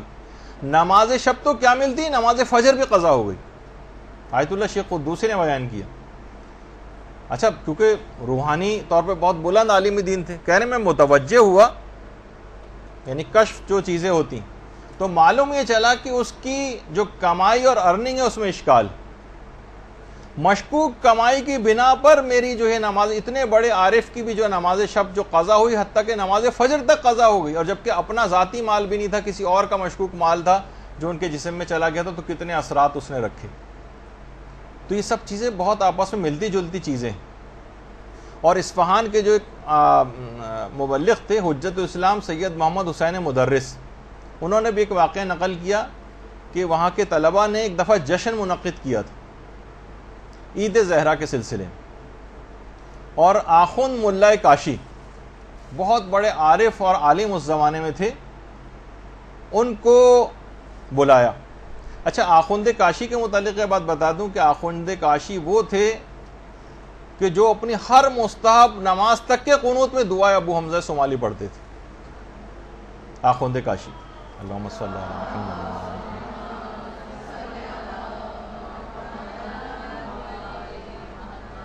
اور آخوند کاشی کہتے تھے کہ میں مدرسے کے باہر لگے ہوئے درختوں کی تسبیح کی آوازیں اپنے کانوں سے سنتا ہوں، اور ان کے جو شاگرد تھے وہ کہتے تھے، جن کا ایک واقعہ میں ایک دفعہ پہلے بھی پیش کر چکا ہوں، کہ جب ہم گئے تو ہم نے دیکھا کہ آخوند کاشی جہاں پر نماز پڑھ رہے ہیں تو اطراف کی جتنی دیواریں ہیں وہاں سے بھی تسبیح و تحلیل کی آوازیں بلند ہو رہی ہیں۔ اتنا بڑا عارف یہ دعوت جشن میں آئے، 9 ربیع الاول کا تھا، کافی رات تک جشن میں رہے اور دیر سے گھر پہنچے، رات کو سوئے تو فجر میں آنکھ کھلی، نماز شب کا وقت نکل چکا تھا، نماز شب قضا ہو گئی۔ اس کے بعد 17 ربیع الاول کا پھر دوبارہ ایک جشن منعقد کیا گیا مدرسے میں، اور آخوند کاشی کو پھر بلایا۔ آخوند کاشی پھر آئے اور وہاں پھر دیر ہو گئی، اور گھر گئے تو بعد میں انہوں نے بتایا کہ اس رات کو میں نے پیغمبر اسلام کو خواب میں دیکھا۔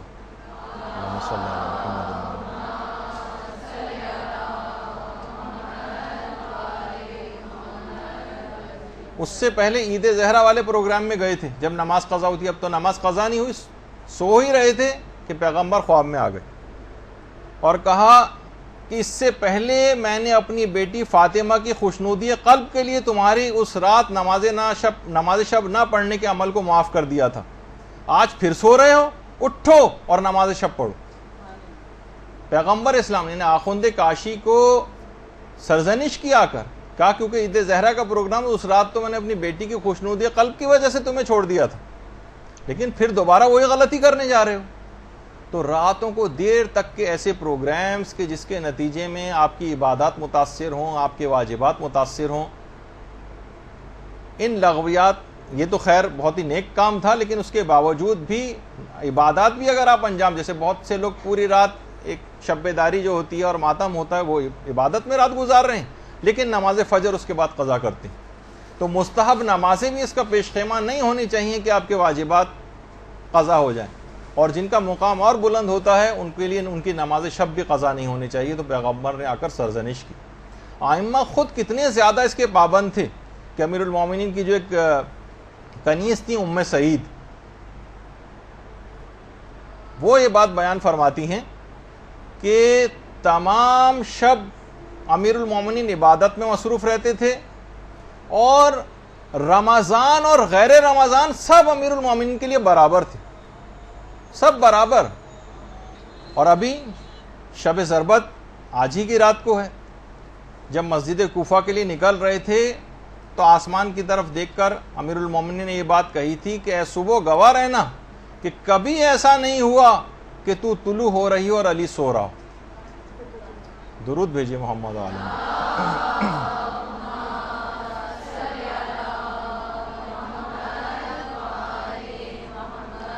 دیکھیے پھر یہ بات بیان ہو رہی ہے کہ ہر چیز کا ایک پیغام ہے، ایک فلسفہ ہے. یہ اعمال شب قدر جتنے بھی آپ انجام دیں گی، چاہے 2 رکعت نماز ہو، چاہے غسل ہو، چاہے اب زیارات ہوں، چاہے دعائیں ہوں، ان سب کا ایک فلسفہ ہے کہ ان عام زندگی کے دنوں کے اوپر اس رات کو آپ کو پیغامات کو پھیلانا ہے، پورے سال پر محیط کرنا ہے، پورے سال اب نماز شب کا پابند بننا ہے، پورے سال رات کے ایک حصے کو بستر سے الگ ہونا ہے.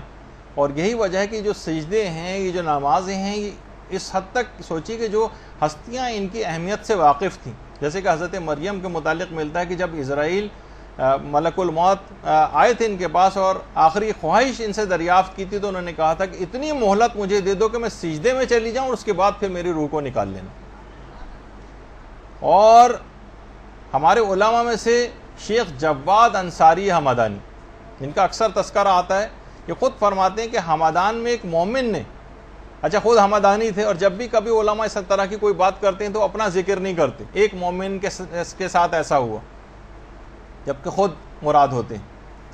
کہتے ہیں کہ ہمدان میں ایک مومن نے نماز شب کے لیے جب وہ اٹھا تو دیکھا کہ 500 گھروں کی جو حدود ہے ہمدان میں، اس میں ایک گھر میں زمین سے آسمان کی طرف ایک نور ساطع ہو رہا ہے.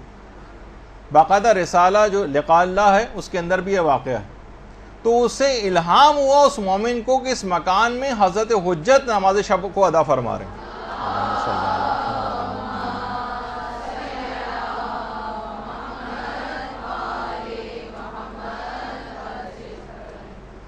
دیکھیے امام کی نماز شب کا گفتگو آپ نے سنی، آپ نے درود پڑھا امام پر، اس سے سبق کیا حاصل کیا؟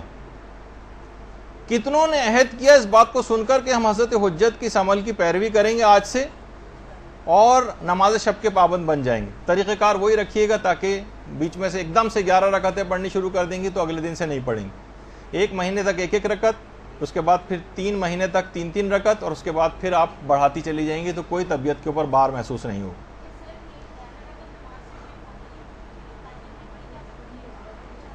ہاں مختلف ٹائمنگز میں بھی پڑھ سکتے ہیں، خیر وہ تو اس کے مسئلے الگ ہیں، لیکن اس کا پابند ہونا. اچھا اب نمازوں ہی کے سلسلے میں مومنین کا ایک طبقہ ایسا ہوگا جو آج کی رات جو ہے وہ قضاء عمری کی نمازیں پڑھے گا. مساجد کے اندر باقاعدہ 6 دن کی نمازیں اس انداز سے پڑھائی بھی جاتی ہیں. تو اس کا بھی ایک پیغام ہے، وہ یہ ہے کہ یہ رات واجبات اتارنے کی رات بھی، اور اس کا پیغام یہ کہ سارا سال بھی اب واجبات اتارنے کی فکر آپ کو کرنی، اس کو پورے سال کے اوپر جاری کرنا. جبھی شب قدر کے وہ تمام فوائد اور جو اثرات ہیں وہ پورے سال آپ حاصل کریں گے. اپنے واجبات اتاریے، نہ صرف نمازیں اتارنے کی فکر کریں بلکہ روزے اتارنے کی فکر کریں، اپنے کفارے اتارنے کی فکر کریں، اپنے فدیے اتارنے کی فکر کریں. خواتین ہیں روزوں کے سلسلے میں جو نہیں رکھے، کفارے تاخیر واجب ہوتے ہیں. پچھلی زندگی میں جو اگلے سال تک روزے نہیں رکھے ان کا کفارے تاخیر دینا ہوتا ہے. بہت سے لوگوں کے اوپر حج واجب ہے، حج کے لیے نہیں جاتے، بہت سی خود ساختہ مجبوریوں کی وجہ سے. شرعی مجبوری ہوتے ایک الگ بات ہے. بہت سے لوگوں کے عمرے غلط ہوئے ہیں, جب تک عمرہ ادا نہیں صحیح طور پر ادا کر لیتے, عمرہ جو ہے وہ اس کا احرام باقی رہتا ہے, اس کو اتروانے کی فکر ہونی چاہیے. لوگوں کی امانتیں واپس کرنے کی فکر ہونی چاہیے. رد مظالم ادا کریں, لوگوں کے حقوق ادا کریں. کسی سے قرضہ لیا ہوا تو وہ ادا کریں. یہ حقوق کے ادا کرنے کی رات ہے. یعنی اس رات قضا واجب نمازیں جو پڑھی جاتی ہیں, اس کا پیغام ہے کہ سارا سال بھی آپ کوشش کریں کہ آپ اتاریں اپنے ذمے سے یہ سب چیزیں. اور کتنے ایسی چیزیں ہیں دیکھیے کہ حتیٰ کہ فطرے لوگ سوچتے ہیں فطرہ تو ہم ہر سال دیتے ہی. خود ہمارے استاد محترم بیان فرماتے تھے کہ ایک بہت بڑی غلطی ہمارے ہاں ایک یہ بھی ہونے لگی ہے کہ گھروں کا نا کوئی سسٹم صحیح طور پر بن نہیں پاتا ہے. پتہ ہی نہیں چلتا کہ گھر میں سربراہ گھر کون ہے. باپ اس طرح سے کاروبار میں اپنے ساتھ اپنے بچوں کو شامل کر لیتا ہے کہ بچوں کا پتہ نہیں چلتا کہ یہ اس کاروبار کے مالک ہیں یا باپ مالک ہے. تو بہت سی چیزیں طے نہیں کی ہوئی ہیں ہم لوگوں نے, تو اس کی وجہ سے بہت سے پرابلمس ہوتے ہیں. اب جس کے ڈیپینڈنٹس میں سے شمار ہوتے ہیں اس کے اوپر فطرہ واجب ہوتا ہے.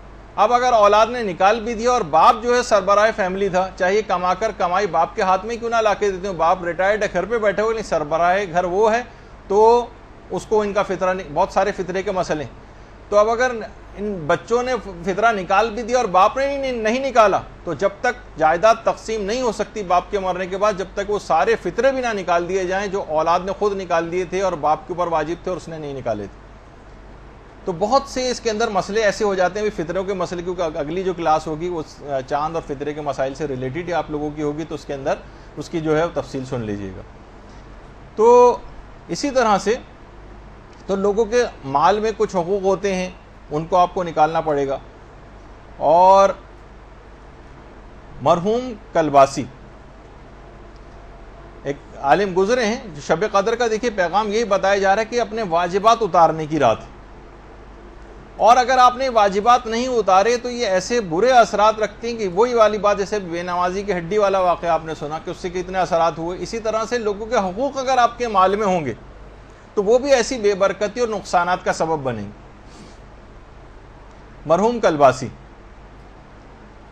یہ وہی ہیں جن کے متعلق ہم نے پچھلے سال بیان کیا تھا کہ یہ شب قدر کو حاصل کرنے کے لیے کہ مجھے سال کی کوئی ایک رات ہے نا, سال کی 365 راتوں میں یہ جاگتے رہے, 360 یا 365 راتیں مسلسل جاگتے رہے کہ مجھے تاکہ یقینی طور پر شب قدر حاصل ہو جائے. اچھا, یہ تاجر بھی تھے, بزنس مین تھے.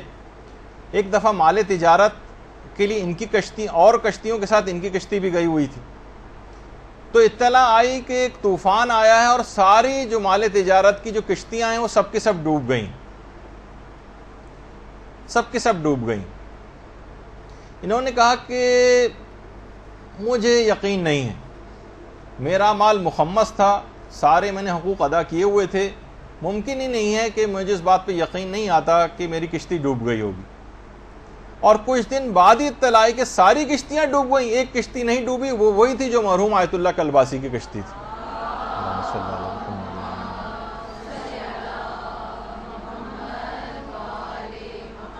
دیکھیں یہ بات یاد رکھ لیجئے کہ جب تک اس کو بند کر دیجیے,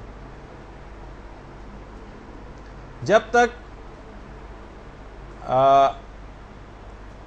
آپ لوگوں کے حقوق صحیح طور پر ادا نہیں کریں گے, نہیں اس کو ٹیڑھا ہی کر دیجئے, اس کو میرے اوپر طرف, اس میں ہوا کی آواز آتی ہے ورنہ مائک میں.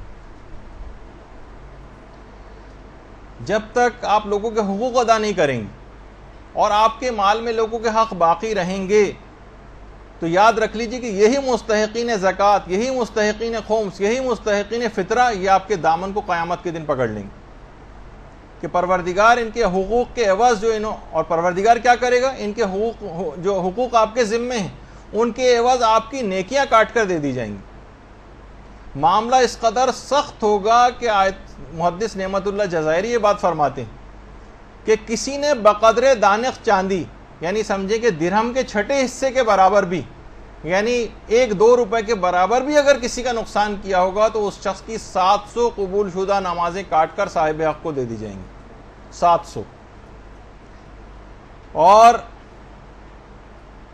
دیکھیے یہ بھی روایات کے اندر یہ بات آئی ہے کہ اتنی شدت ہوگی کہ انوار نعمانیہ میں محدث نعمت اللہ جزائری نے اس بات کو لکھا ہے. محدث نعمت اللہ جزائری کا یہ مقبرہ ہے خوزستان میں, کہ محشر میں کھڑا کر دیا جائے گا ایسے شخص کو اور کہا جائے کہ منادی ندا کرے گا جس کا جو حق ہے اس سے آ کر لے لے. فرماتے ہیں کہ اس وقت اہل محشر کے لیے اپنے پہچاننے والوں سے سخت کوئی بھی چیز نہیں ہوگی کہ مبادہ کوئی شخص آ کر ان سے حق کا مطالبہ کر دے کہ میرا حق اس نے نہیں دیا. تو اب آپ خود سوچیے کہ یہ جو مستحقین خمس ہیں, جن کا آپ نے خمس نہیں نکالا, سادات تک نہیں پہنچا, یہ گریبان پکڑیں گے, یہ دامن کو پکڑیں گے. جن تک فطرہ نہیں پہنچا, آپ کو صحیح طور پر آپ نے ادا نہیں کیا, وہ دامن پکڑیں گے. جن تک اور مالی چیزیں تھیں وہ نہیں پہنچی, یہ دامن پکڑیں گے آ کر. تو کس قدر معاملہ سخت ہو جائے گا. اور علل الشرائع میں باقاعدہ شیخ صدوق نے یہ بھی بات فرمائی ہے کہ قرض خواہ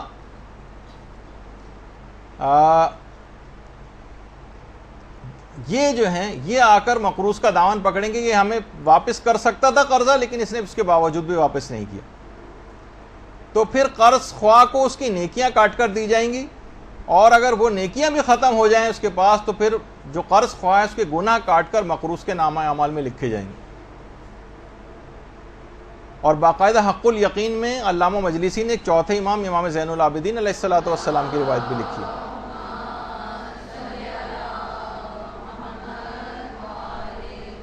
کہ مولا اگر مسلمان کو کافر سے کوئی حق طلب کرنا ہے تو اس کی تلافی کیسے ہوگی؟ وہ تو جہنمی ہے, نیکیاں اس کے پاس ہیں ہی نہیں. امام نے فرمایا اس کے حق کے برابر کافر کے عذاب میں اضافہ کر دیا جائے گا. اور جب بھی یہی وجہ ہے کہ پیغمبر اسلام نے جو ایک سوال کیا تھا اپنے اصحاب سے, جس کی ہم نے ایک پوسٹ بنا کے بھی لگائی تھی, مفلس کون؟ ایک دن رسول اللہ نے اپنے اصحاب سے پوچھا جانتے ہو کہ مفلس کون ہے؟ صحابہ نے عرض کیا کہ مفلس وہ ہے جس کے پاس مال و دولت, باغات اور سرمایہ نہ ہو. رسول نے فرمایا میری امت کا مفلس وہ ہے جو قیامت کے دن اس حال میں آئے گا کہ اس کے پاس نماز, روزہ, زکوٰۃ جیسے اعمال موجود ہوں گے, لیکن اس نے زندگی میں کسی کو گالیاں دی ہوں گی, کسی کو تہمت لگائی ہوگی, کسی کا مال ہڑپ کیا ہوگا, کسی کا ناجائز خون بہایا ہوگا. ایسے شخص کی نیکیاں اس کے متاثرین کو دے دی جائیں گی. اگر اس کی نیکیاں کم پڑیں گی تو اس کی متاثرین کی برائیاں اس کے نامہ اعمال میں ڈال دی جائیں گی اور اسے دوزخ میں ڈال دیا جائے گا. ایسا شخص سچ مچ مفلس. تو آپ خود سوچئے کہ یہ تمام چیزیں ایسی ہیں کہ یہ اصلاً مفلس ہو جائیں گے. اس رات قضا واجبات اپنے اتارنے ہیں, قضا نمازیں اتارنے کا جو پیغام ہے وہ یہی ہے کہ اپنے واجبات اتارو. اور یہ اتنا عظیم ثواب دلواتا ہے واجبات اپنے اتارنا, یہ کسی کو اس کا حق واپس کرنا.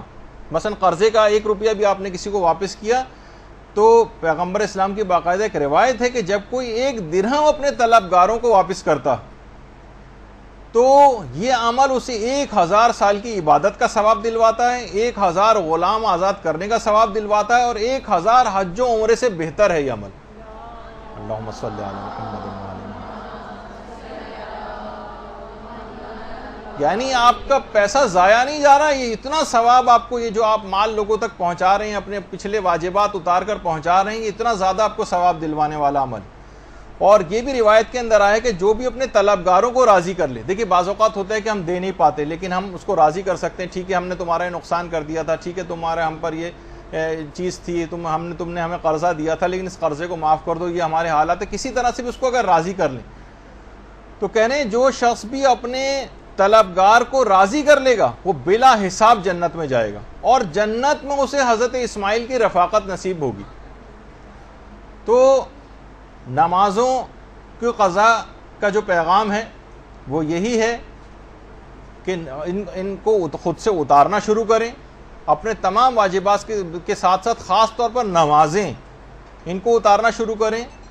حاجی نوری نے باقاعدہ ایک واقعہ لکھا ہے نجف اشرف کے ایک عالم کا. وہ عالم کہتے ہیں میں نجف اشرف میں رہا کرتا تھا. یہ نجف کی بہت پرانی تصویر ہے آپ کے سامنے. میرے والدین البتہ دوسرے شہر میں تھے اور خط و کتابت سے جو ہے وہ رابطہ ان سے رہتا تھا. تو میں نے خواب میں ایک دن دیکھا, رات کو میں سویا تو میں نے خواب میں دیکھا کہ کچھ لوگ ہیں وہ میری ماں کو مار رہے ہیں. یعنی ایسا لگا جیسے فرشتے جس طرح سے عذاب دے رہے ہوتے. میری ماں کی ناک سے خون بہ رہا ہے, میں آگے بڑھا ان کے پاس گیا کہ میری ماں کو کیوں مار رہے ہو؟ انہوں نے کہا ہم خدا کی طرف سے معمور فرشتے ہیں اور تمہاری ماں کو یہ عذاب اس وجہ سے دے رہے ہیں کہ تمہاری ماں نماز کو بہت ہلکا سمجھتی تھی، نماز نہیں پڑھتی تھی اور رمضان کے روزے بھی یہ چھوڑا کرتی تھی۔ اچھا دیکھیے، آج بھی کتنے سوالات علماء سے جو لوگ پوچھتے نظر آتے ہیں، مدرسے کے اپنے اس کے اوپر اتنے سوالات آتے ہیں، اور سب کے سب کا ہم نے جو تجزیہ اور ایک انالیسس کیا ہے وہ یہ ہے کہ ان میں سے 99% ایسے افراد ہوتے ہیں جو فقط یہ چاہتے ہیں کوئی ایسا پوائنٹ مل جائے جس سے ہم روزہ چھوڑ دیں۔ انٹینشن سوال پوچھنے کی ہوتی ہے روزہ چھوڑنا۔ مثلا کتنی خواتین ہیں بچے کو دودھ پلا رہی ہیں، وہ سوال بس ہر وقت ان کا یہ والا سوال جو ہے وہ ہوتا ہے کہ کہیں بچے کو فیڈ میں کوئی کمی نہ ہو جائے، جبکہ آقا سستانی وغیرہ کا نظریہ ہے، وہ کہتے ہیں کہ اگر اوپر سے کوئی دودھ بچے کو پلایا جا سکتا ہے، مثلا جانور کا دودھ یا کچھ عورتیں مل کر بھی اگر پلا دیں اور اس سے بچے کا گزارا ہو جائے گا تو پھر اس کے لیے روزہ چھوڑنے میں اشکال ہے، یعنی اس کو روزہ رکھنا ہی پڑے گا اور باہر سے اس چیز کو پورا کرے۔ لیکن کیا ہے، عورتیں چاہتی ہیں چھوڑ دیں۔ بہت سارے افراد اس بات کو کہہ رہے ہوتے ہیں کہ جناب گرمی بہت ہے، ہماری جاب کے ٹائمنگز اس طرح کے ہیں اور بہت دھوپ میں بھاگنا پھرنا پڑتا ہے، ہم کیا کریں، ہم کیا روزہ رکھیں یا چھوڑ دیں۔ ان کی پوری، بہت سے لوگ تو پوچھتے نہیں، ویسے ہی چھوڑ دیتے ہیں، لیکن جو کچھ پوچھتے ہیں اس میں بھی کتنا سخت مسئلہ ہے کہ جناب یہ لوگ پہلے تو اگر یہ بغیر جاب کے رہ سکتے ہیں تو بغیر جاب کے رہیں گے، چھٹی لے سکتے ہیں تو چھٹی لے لیں، چھٹی لینا ممکن نہیں ہے، اور اگر ان کی تنخواہ مثلا کٹ جائے گی، اگر اس کے بغیر بھی ان کا گزارا ہو سکتا ہے تو ایسا کر لیں، کوئی اور ان کے پاس مال موجود ہے تو ایک مہینہ مثلا اگر نہیں کمائیں گے یہ تو اس سے گزارا ہو جائے گا، ورنہ قرضہ بھی اگر لینا پڑے تو قرضہ لیں اور اپنے روزے کو بچائیں، اور پھر بھی اگر یہ کوئی سی بھی چیز ممکن نہیں ہے تو پھر اتنا پانی پی سکتے ہیں کہ جس سے ان کی جان بچ جائے، اور اس کے بعد پورے دن امساک کرنا پڑے گا اور بعد رمضان اس کی قضا بھی کرنا پڑے گی۔ تو دیکھیے مسئلے کتنے زیادہ سخت ہیں اس کے۔ تو بہرحال لوگ اس انداز سے نماز و روزہ چھوڑتے ہیں۔ تو وہ عالم کہنے لگے فرشتے میری ماں کو مار رہے تھے، اور کہا کہ یہ نمازیں نہیں پڑھتی تھی اور رمضان کے روزے بھی قضا کرتی تھی۔ اچھا، اب اور میری ماں کو یہ عذاب ہو رہا تھا کہ ناک سے خون بھی اس کے جاری تھا۔ ایک اچانک سے میری آنکھ کھل گئی، بیدار ہو گیا، کیونکہ دروازے پر کسی نے دستک دی تو دیکھا ایک آدمی کھڑا ہوا اور کہا کہ تمہاری ماں انتقال کر گئی ہے اور اس کا جنازہ جو ہے، اس کا جنازہ کربلا لے جایا جا رہا ہے، پہنچنے والا ہے، تم بھی فوراً پہنچو۔ یہ کہنے میں نجف سے بھاگا وہاں سے کربلا آیا تاکہ اپنی ماں کی تدفین میں شریک ہو سکوں۔ یہ بھی کربلا کی ایک بہت پرانی تصویر ہے۔ اللہم صلی علی محمد۔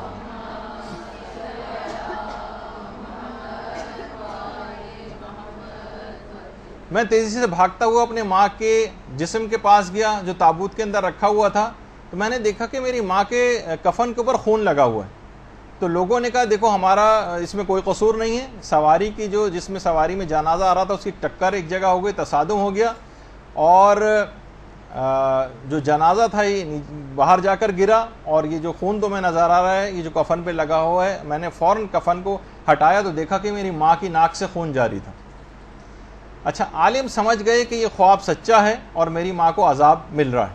یہ وہاں سے سیدھے ذریعے حضرت ابو الفضل العباس علمدار علیہ الصلوۃ والسلام پہ گئے۔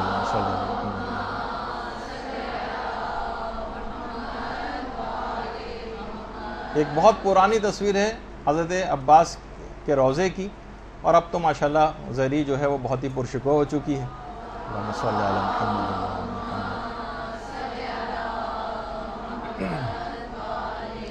کہنے لگے میں زری پر گیا اور حضرت عباس علمدار سے متوسل ہوا، اور میں نے التجا کی اور وعدہ کیا حضرت عباس سے کہ میں اپنی ماں کی ساری قضا نمازیں اترواؤں گا، سارے روزے بھی جو ہے وہ رکھوا دوں گا، اور اس کے بعد ماں کو دفن کیا گیا۔ کہہ رہے تدفین کے 2 ماہ تک کا تو میں نے انتظام کیا، 2 ماہ تک، البتہ 2 مہینے کے بعد کچھ ایسی مصروفیات ہوئیں کہ میں مزید نمازیں اور روزے انجام نہیں دلوا سکا، میرے دماغ ہی سے نکل گیا۔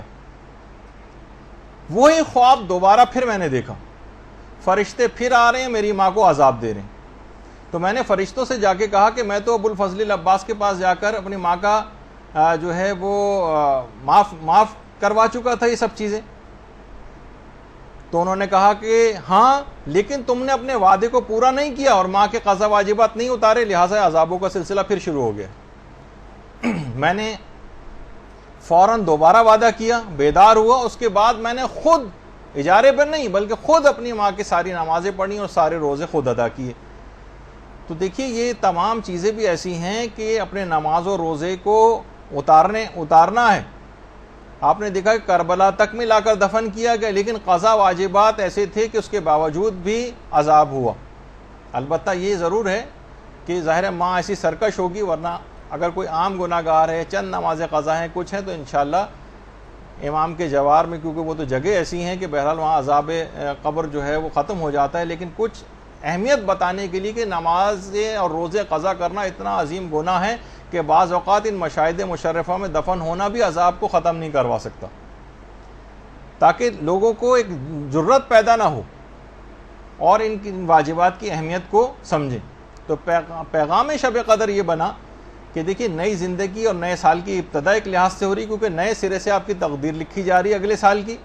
آپ پورا سال اپنے قضا واجبات کو اتارنے کی فکر کیجیے اور ایک باقاعدہ ایک ڈائری بنائیے جس کا نام آپ اپنے طور پر واجبات ڈائری رکھ لیں، اس میں نوٹ کریں ساری چیزیں، اپنی وصیتیں، اپنی زبانی طور پر بھی اپنے لواحقین کو اپنے واجبات بتائیں تاکہ ان کو کچھ پتہ چلے۔ اکثر یہ ہوتا ہے کہتے ہیں والد انتقال کر گئے، والدہ انتقال کر گئیں، جو ساتھ رہتے تھے کچھ تھوڑا بہت ان کو پتہ ہوتا ہے، لیکن لوگوں کو زیادہ تر پتہ نہیں ہوتا کہ وہ اتارنے کی طرف مائل بھی ہوتے ہیں تو ان کو صحیح عدد پتہ نہیں ہوتا، یہ معلوم نہیں ہوتا کہ ان پر کتنا خمس تھا کتنا نہیں تھا۔ تو اپنے واجبات زبانی طور پہ بھی بتائیں اور ایک ڈائری بھی مرتب کریں۔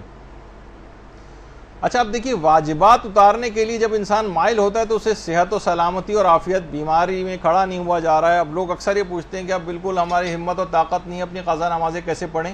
تو صحت اور عافیت یہ ضرور اتنی دعا کم سے کم آپ یہ شب قدر میں ضرور مانگی کہ آپ جب تک اپنے تمام واجبات اتار نہ لیں تب تک موت نہ آئے، یہ باقاعدہ۔ اور خاص طور پہ آغا نائینی کی ایک دعا جو ہم نے دنیا و آخرت کی 100 پریشانیوں کو حل کتاب میں بھی لکھی ہے کہ اگر کوئی شخص کی دعا نماز عشاء کے بعد پڑھے تو خدا اس کی عمر میں 50 سال کا یقینی اضافہ فرما دیتا ہے، اور یہ دعا یہ ہے، اور یہ آپ کو اس کتاب کے اندر بھی مل جائے گی۔ اور میں آپ سے یہ بات کہوں گا اپنے طور پر ایک ریکمنڈیشن کے طور پر کہ اگر ممکن ہو تو کسی پرچے پہ یہ کتاب پہ لکھ لیں، اور جو نماز شب قدر 2 رکعت پڑھیں آپ، اس کے قنوت میں آپ اپنے لیے، اپنے رشتہ داروں کے لیے، علماء کرام کے لیے، مجتہدین اعظام کے لیے، سب کو بھی عام کر سکتی ہیں۔ اور آج کل جس اعتبار سے قتل و غارت گری ہو رہی ہے اور لوگوں کی زندگیوں کے چراغ گل کیے جا رہے ہیں، 50 سال کا مومنین کی عمر میں یقینی اضافے کے لیے اس کے قنوت میں اس دعا کو پڑھیں۔ اچھا اسی طرح سے اس کوشش کریں کہ دعاؤں کو دوسروں کے لیے زیادہ سے زیادہ آپ انجام دیں اس رات۔ جب یہ علامہ مجلسی نے مفاتی میں جا کے دیکھیے گا کہ اپنے رشتہ داروں کے لیے اور اپنے عزیز و اقارب کے لیے دوسروں کے لیے دعائیں کرنے کی بہت تاکید ہے، دوسروں کے لیے دعائیں۔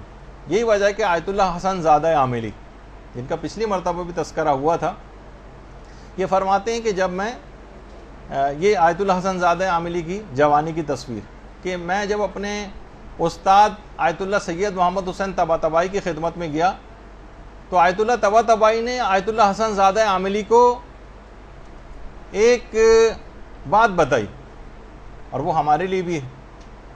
کہتے ہیں کہ میں نے جب سے ہوش سنبھالا ہے، آیت اللہ محمد حسین طباطبائی، جب سے میں نے ہوش سنبھالا ہے اور اپنے آپ کو شناخت کیا ہے، تب سے میں نے ایک دعا بھی آج تک اپنے لیے نہیں مانگی، اور ہمیشہ دعاؤں کو سب کے لیے عام کیا اور سارے مومنین کو اس میں شامل کیا۔ باقاعدہ جو ان کی کتاب ہے 1001 کلمہ، اس میں آیت اللہ حسن زادہ عاملی نے یہ بات لکھی اور کہا کہ مجھ پر اس بات کا بہت ہی زیادہ اثر ہوا تھا جب یہ آیت اللہ محمد حسین طباطبائی نے مجھے یہ بات بتائی تھی۔ اور شہزادی بھی یہی وجہ سے، شہزادی کی سیرت سامنے تھی کہ جو کہ اللہم صلی علی محمد و علی محمد،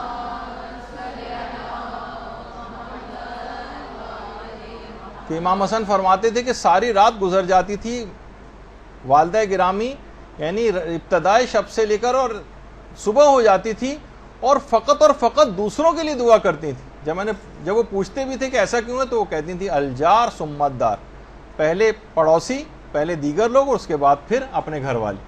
تو یہ انہی کی طریقہ کار کے اوپر آیت اللہ سید محمد حسین طباطبائی عمل کرتے تھے کہ اپنے لیے کہتے ہیں میں نے جب سے ہوش سنبھالا مجھے یاد ہی نہیں کہ میں نے اپنے لیے کبھی کوئی دعا کی. خیر ہم سے یہ تقاضا نہیں کہ اپنے لیے نہ کریں, لیکن یہ بتانے کے لیے کہ مقدم کریں دوسرے لوگوں کو دعاؤں میں, کیونکہ اور یہی وجہ ہے کہ آیت اللہ جواد عاملی یہ فرماتے ہیں کہ دوسروں کے لیے دعا کرنا اور یا ایک اجتماعی طور پر ایک مشق بھی ہوتی ہے اس کے اندر, کہ رات کے وقت جب آپ 40 مومنین کے حق میں دعا کریں گے تو یہ اس بات کا لازمہ ہونا چاہیے کہ اب دن میں 40 مومنین کی مشکلات کو حل کرنے کے لیے کام کریں گے. یعنی رات میں دعا کرنا ہے اور دن میں عملی اقدام کرنا ہے, یہ ہے اس کا تقاضا. اور نماز شب بھی آپ کو پڑھنی ہے, اس کے اندر 40 مومنین کے لیے دعا بھی, لیکن اس کا بھی ایک پیغام یہ ہے کہ اس دعا کو اور لوگوں کے کام آنے کے سلسلے کو پورا سال جاری رہنا چاہیے. اور یہی وجہ ہے کہ علماء فرماتے ہیں کہ عید کے دن بھی پروردگار اپنے حق سے پہلے یعنی نماز عید پڑھنے سے پہلے کہتا ہے کہ فطرہ نماز عید پڑھنے سے پہلے نکال دو. اصل وقت اس کا فطرے کا نماز عید پڑھنے سے پہلے. وہ پھر وہ الگ مسئلہ ہے کہ کون شخص ظہر تک ادا کر سکتا ہے اور جو جس نے نہیں ادا کیا وہ بعد بھی میں بھی ادا کر دے. لیکن بہرحال یہ کہ پروردگار نے اپنے حق کو مؤخر کیا ہے, لوگوں کے حق کو فطرے کو مقدم کیا اور کہا ہے کہ یعنی فطرہ یہ پہلے دے دو تاکہ عید کی خوشی میں شریک ہونے سے دوسرے افراد رہ نہ جائیں. بلکہ یہاں تک شریعت نے اس میں ریلیکسیشن دی کہ فطرہ ماہ مبارک رمضان میں بھی دیا جا سکتا ہے ایڈوانس کے طور پر. پھر اس میں وہ مسئلے آپ سن لیں گے اگلی دفعہ کہ قرضے کی نیت سے دیا جائے یا حاکم شرع کی اجازت وغیرہ کے لیے دیا جائے. اچھا, اس کے اندر ایک فائدہ دوسروں کے لیے دعا کرنے کا یہ ہوگا جو اس رات کا پیغام بھی کہ آئندہ زندگی میں بھی اس طریقہ کار کو رائج رکھیں. علماء فرماتے ہیں کہ دیکھیں ہم جو اپنے لیے دعائیں کرتے ہیں نا, اس میں موانعات آڑے آ جاتے ہیں. احتمال ہے کہ شاید دعا قبول نہ ہو, کچھ ایسے اعمال انجام دے دیے ہوں کہ جس سے دعا قبول نہ ہو.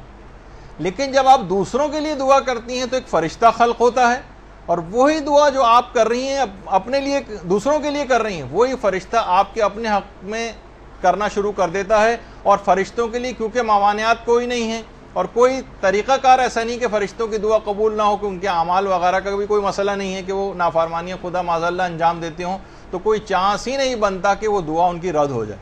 تو دوسروں کے لیے مقدم کرنا یہ بہت اہم بات ہے. بلکہ علامہ سید ابن طاؤس تو ایک بڑی عجیب بات کہتے تھے شب قدر میں تو مومنین کے لیے دعا کرنی ہے, میں یہ کہتا ہوں کہ قابل اصلاح کفار کے لیے ہدایت کی دعا بھی ضرور کریں, کیونکہ خدا کی کسی سے کوئی دشمنی نہیں ہے اور وہ کافروں کو بھی آتش جہنم سے آزاد دیکھنا چاہتا ہے. وہ چاہتا ہے کہ وہ بھی راہ ہدایت کو پالیں. جو اس قابل ہوں ان کی ہدایت ہو جائے اس کی دعا کریں, اور جو اس قابل نہ ہوں فتنہ پرور ہوں ان کی نابودی کی دعا کریں, ان کے لیے باقاعدہ بد دعا کریں کہ ان کے منحوس وجود سے زمین پاک ہو جائے.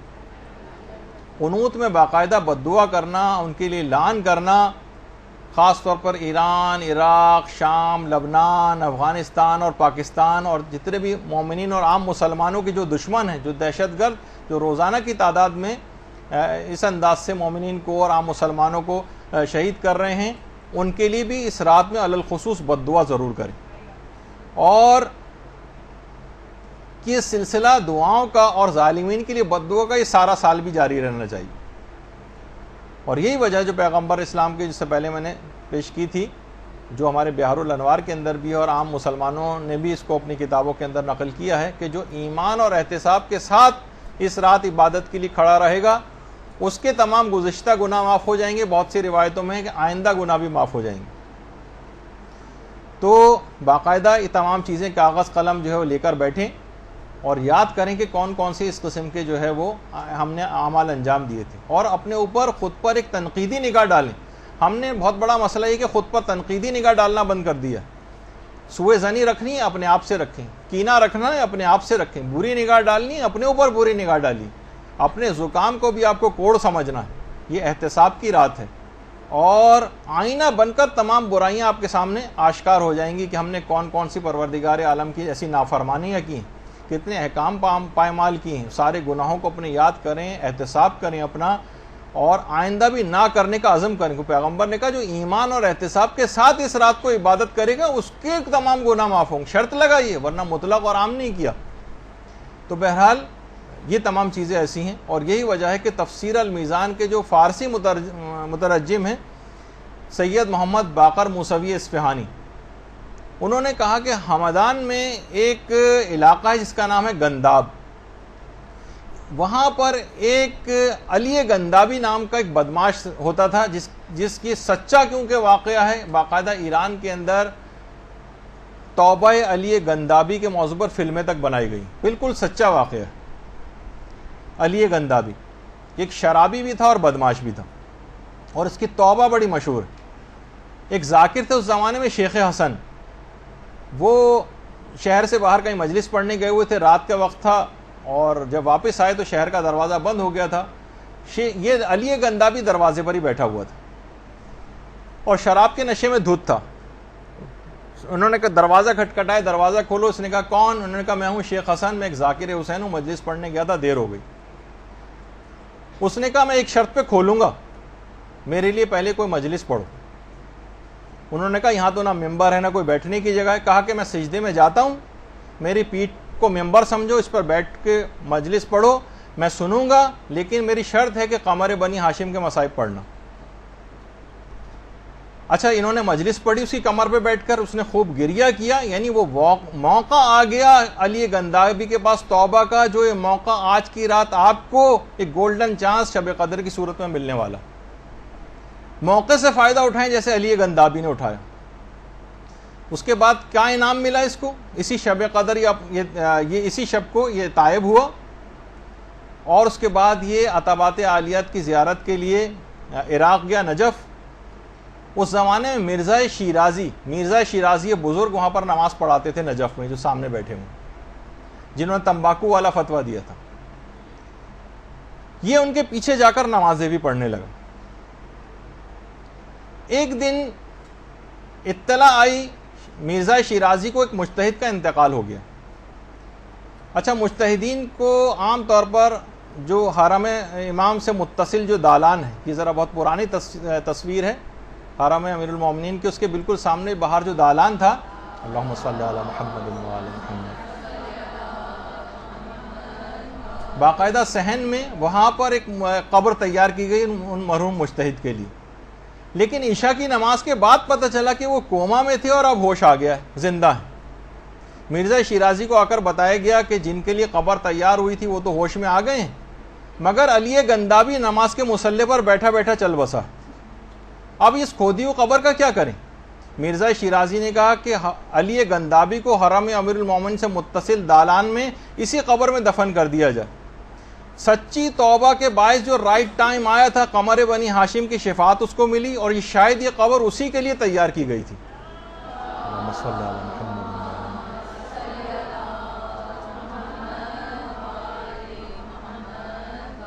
تو دیکھیے مواقع بار بار نہیں آتے، اس نے اس موقع سے فائدہ اٹھایا، موقع توبہ کا آ گیا تھا۔ شب قدر سے اچھا کوئی موقع توبہ کا ہوگا آپ کے پاس؟ نہیں آئے گا۔ تو جیسے اس نے پکارا قمر بنی ہاشم کو، یہ ہستیاں ایسے ہی شفیع ہیں، ان کو پکاریے۔ شب قدر امام زمانہ علیہ السلام اور شہزادی حضرت فاطمۃ الزہرا سلام اللہ علیہا سے منسوب۔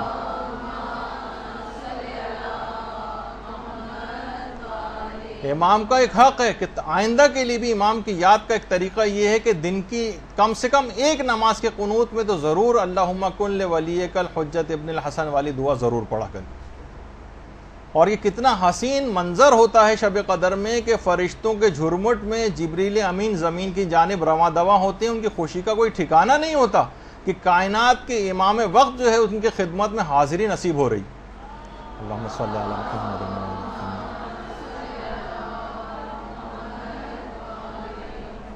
اور فائنل تقدیریں لکھے جانے کے بعد فائنل دستخط اور امضا کے لیے امام کے پاس آتی، اور یہ بھی اس رات کو یاد کرنے کا ایک فلسفہ امام کو یہ کہ امام کے پاس آپ کی تقدیریں آتی ہیں، اور عام دنوں میں بھی ہفتے میں کم سے کم 2 دن آپ کا جو نامہ اعمال، جو ہمارا سیاہ نامہ اعمال ہے، جو باعث شرم نامہ اعمال، یہ امام زمانہ کے سامنے پیش کیا جاتا، اور ساری رپورٹ امام کو پیش کی جاتی۔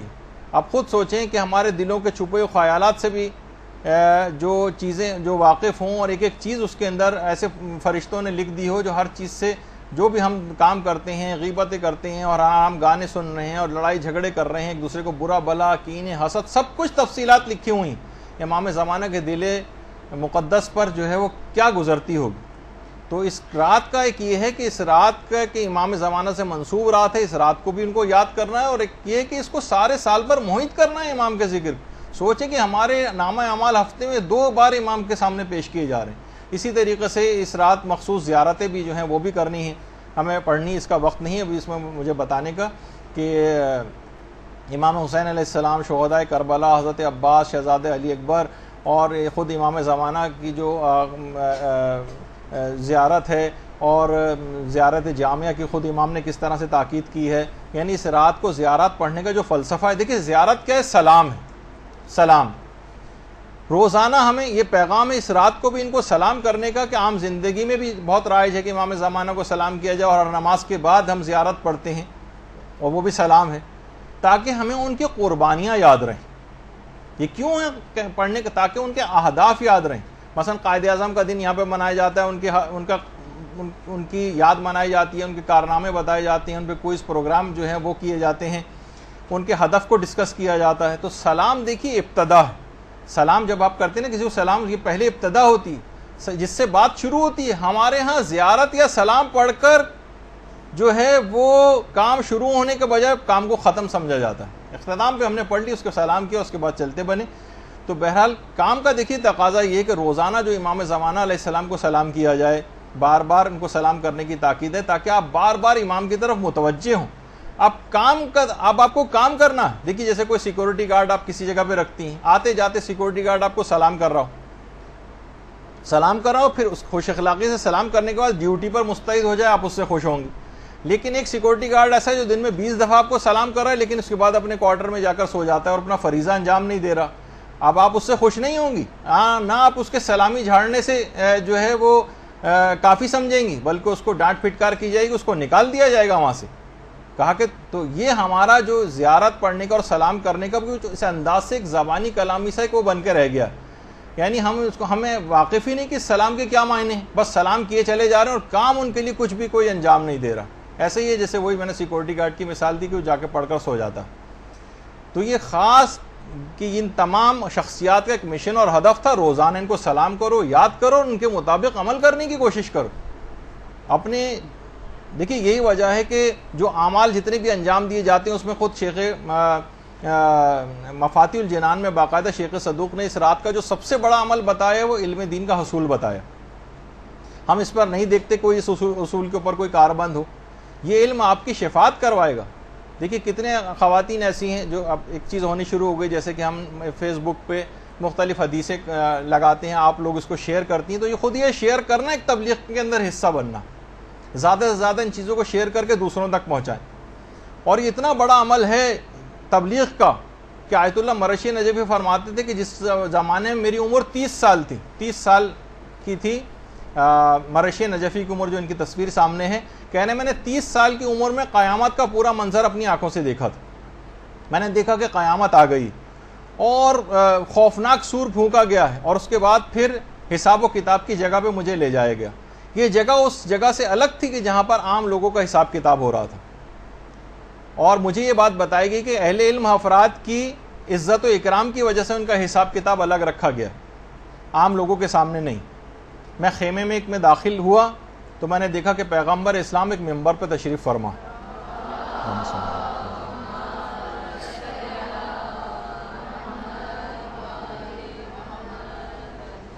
ان کے دائیں اور بائیں دو بہت ہی ایسی شخصیات جو تقوی اور جلالت ان کے چہرے سے، ان کے نور سے آیا ہو رہا تھا، وہ ساتھ میں بیٹھی ہوئی تھی۔ دونوں کے سامنے کتابوں کے ڈھیر رکھے ہوئے تھے، اور ہر علماء کی ایک صف تھی ان کے سامنے، اور مجھے 14ویں صف میں کھڑا کیا گیا تھا، یعنی 14ویں صدی کے تھے تو 14ویں صف میں۔ اب میں حساب کتاب کا ہم انتظار کر رہے تھے، مسترب دل کے ساتھ انتظار کر رہے تھے، اور پیغمبر اسلام نہایت باریک بینی سے حساب کتاب لے رہے تھے۔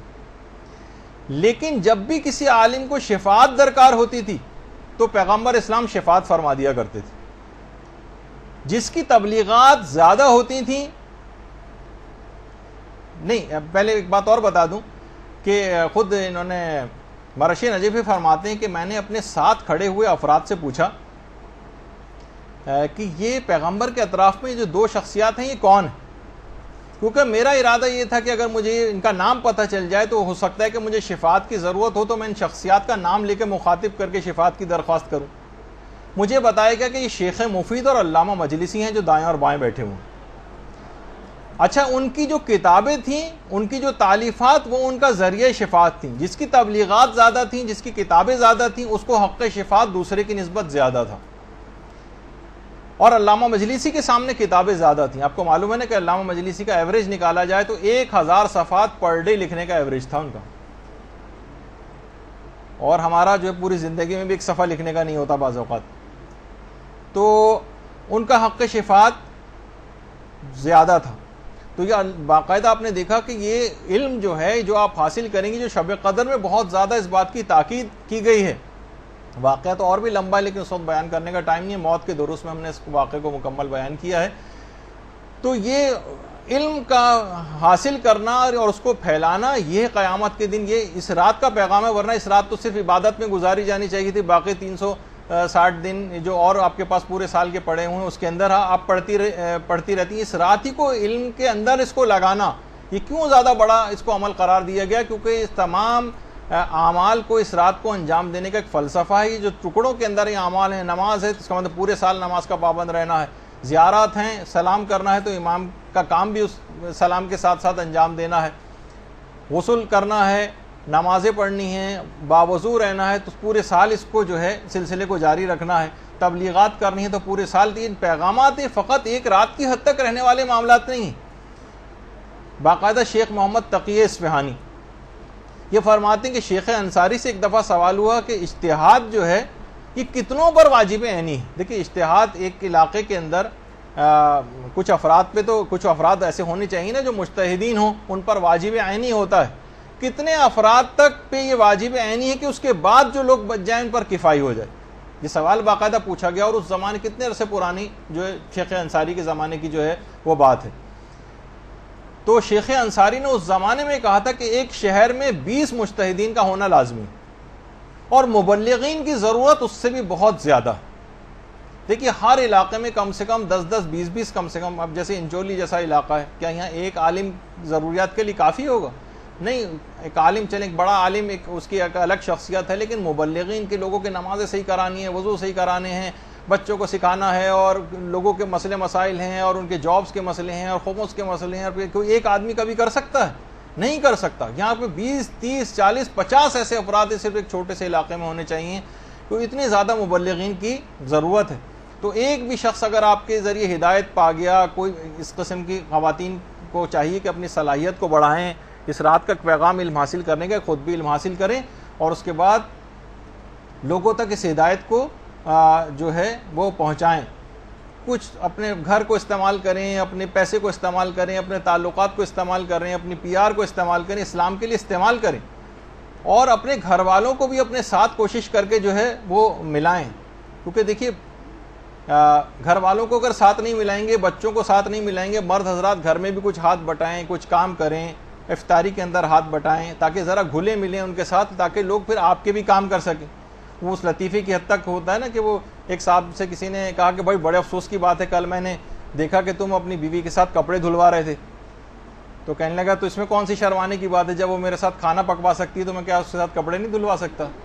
تو بہرحال تو وہ اس طرح کی، ایک تو یہ کہ گھر میں اتنا زیادہ انوالو ہو جائے، یہ بھی اسلام کو مطلوب نہیں، لیکن کسی حد تک گھر میں، تاکہ لوگوں سے ذرا قریب ہوں، تاکہ آپ بھی دین کے کوئی کام گھر والوں سے لے سکیں۔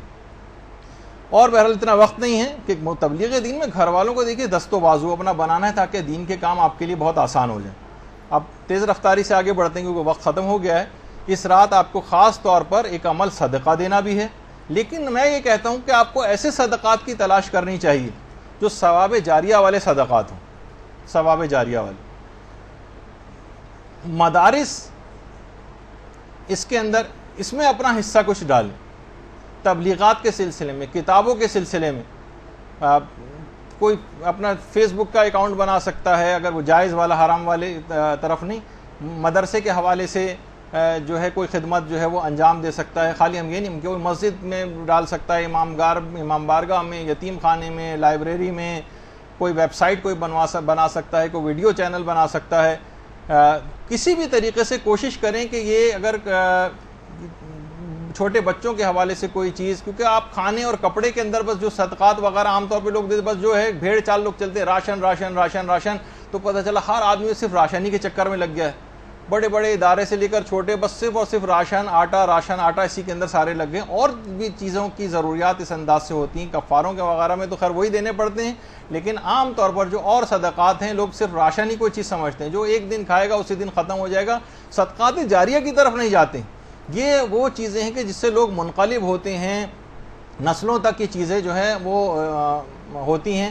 جو بچے ہیں عام طور پر شروع میں تو چلیں بچے بہت سے ایسے ہوں گے جو دین کی طرف راغب نہیں ہیں، اور آہستہ آہستہ لیکن پھر بالآخر یہی بچے ہیں وہ نماز کے عادی. انہی مدرسوں میں پڑھنے والے بچے ہمارے ہم دیکھ کے جب آتے ہیں تو یقین کیجئے کہ دل باغ باغ ہو جاتا ہے ان بچوں کو دیکھ کر، جس انداز سے وہ یہاں اب یہ جو چیزیں یہاں پر آ کر نماز سیکھ رہے ہیں، جو قرآن یہاں پر آ کر خواتین جو طالبات ہیں وہ پڑھ رہی ہیں، اور یہی بچے جو آج یہ کچھ ارتباط دین کے لحاظ سے ان کا ہو رہا ہے، اور یہ اس کے پھر عادی بن جائیں گے، سورہ کو حفظ کریں گے، تو جتنی پوری زندگی ان سوروں کی تلاوت کریں گے ان کا ثواب آپ کو ملے گا اگر آپ نے کچھ حصہ اس کے اندر ڈالا ہوگا.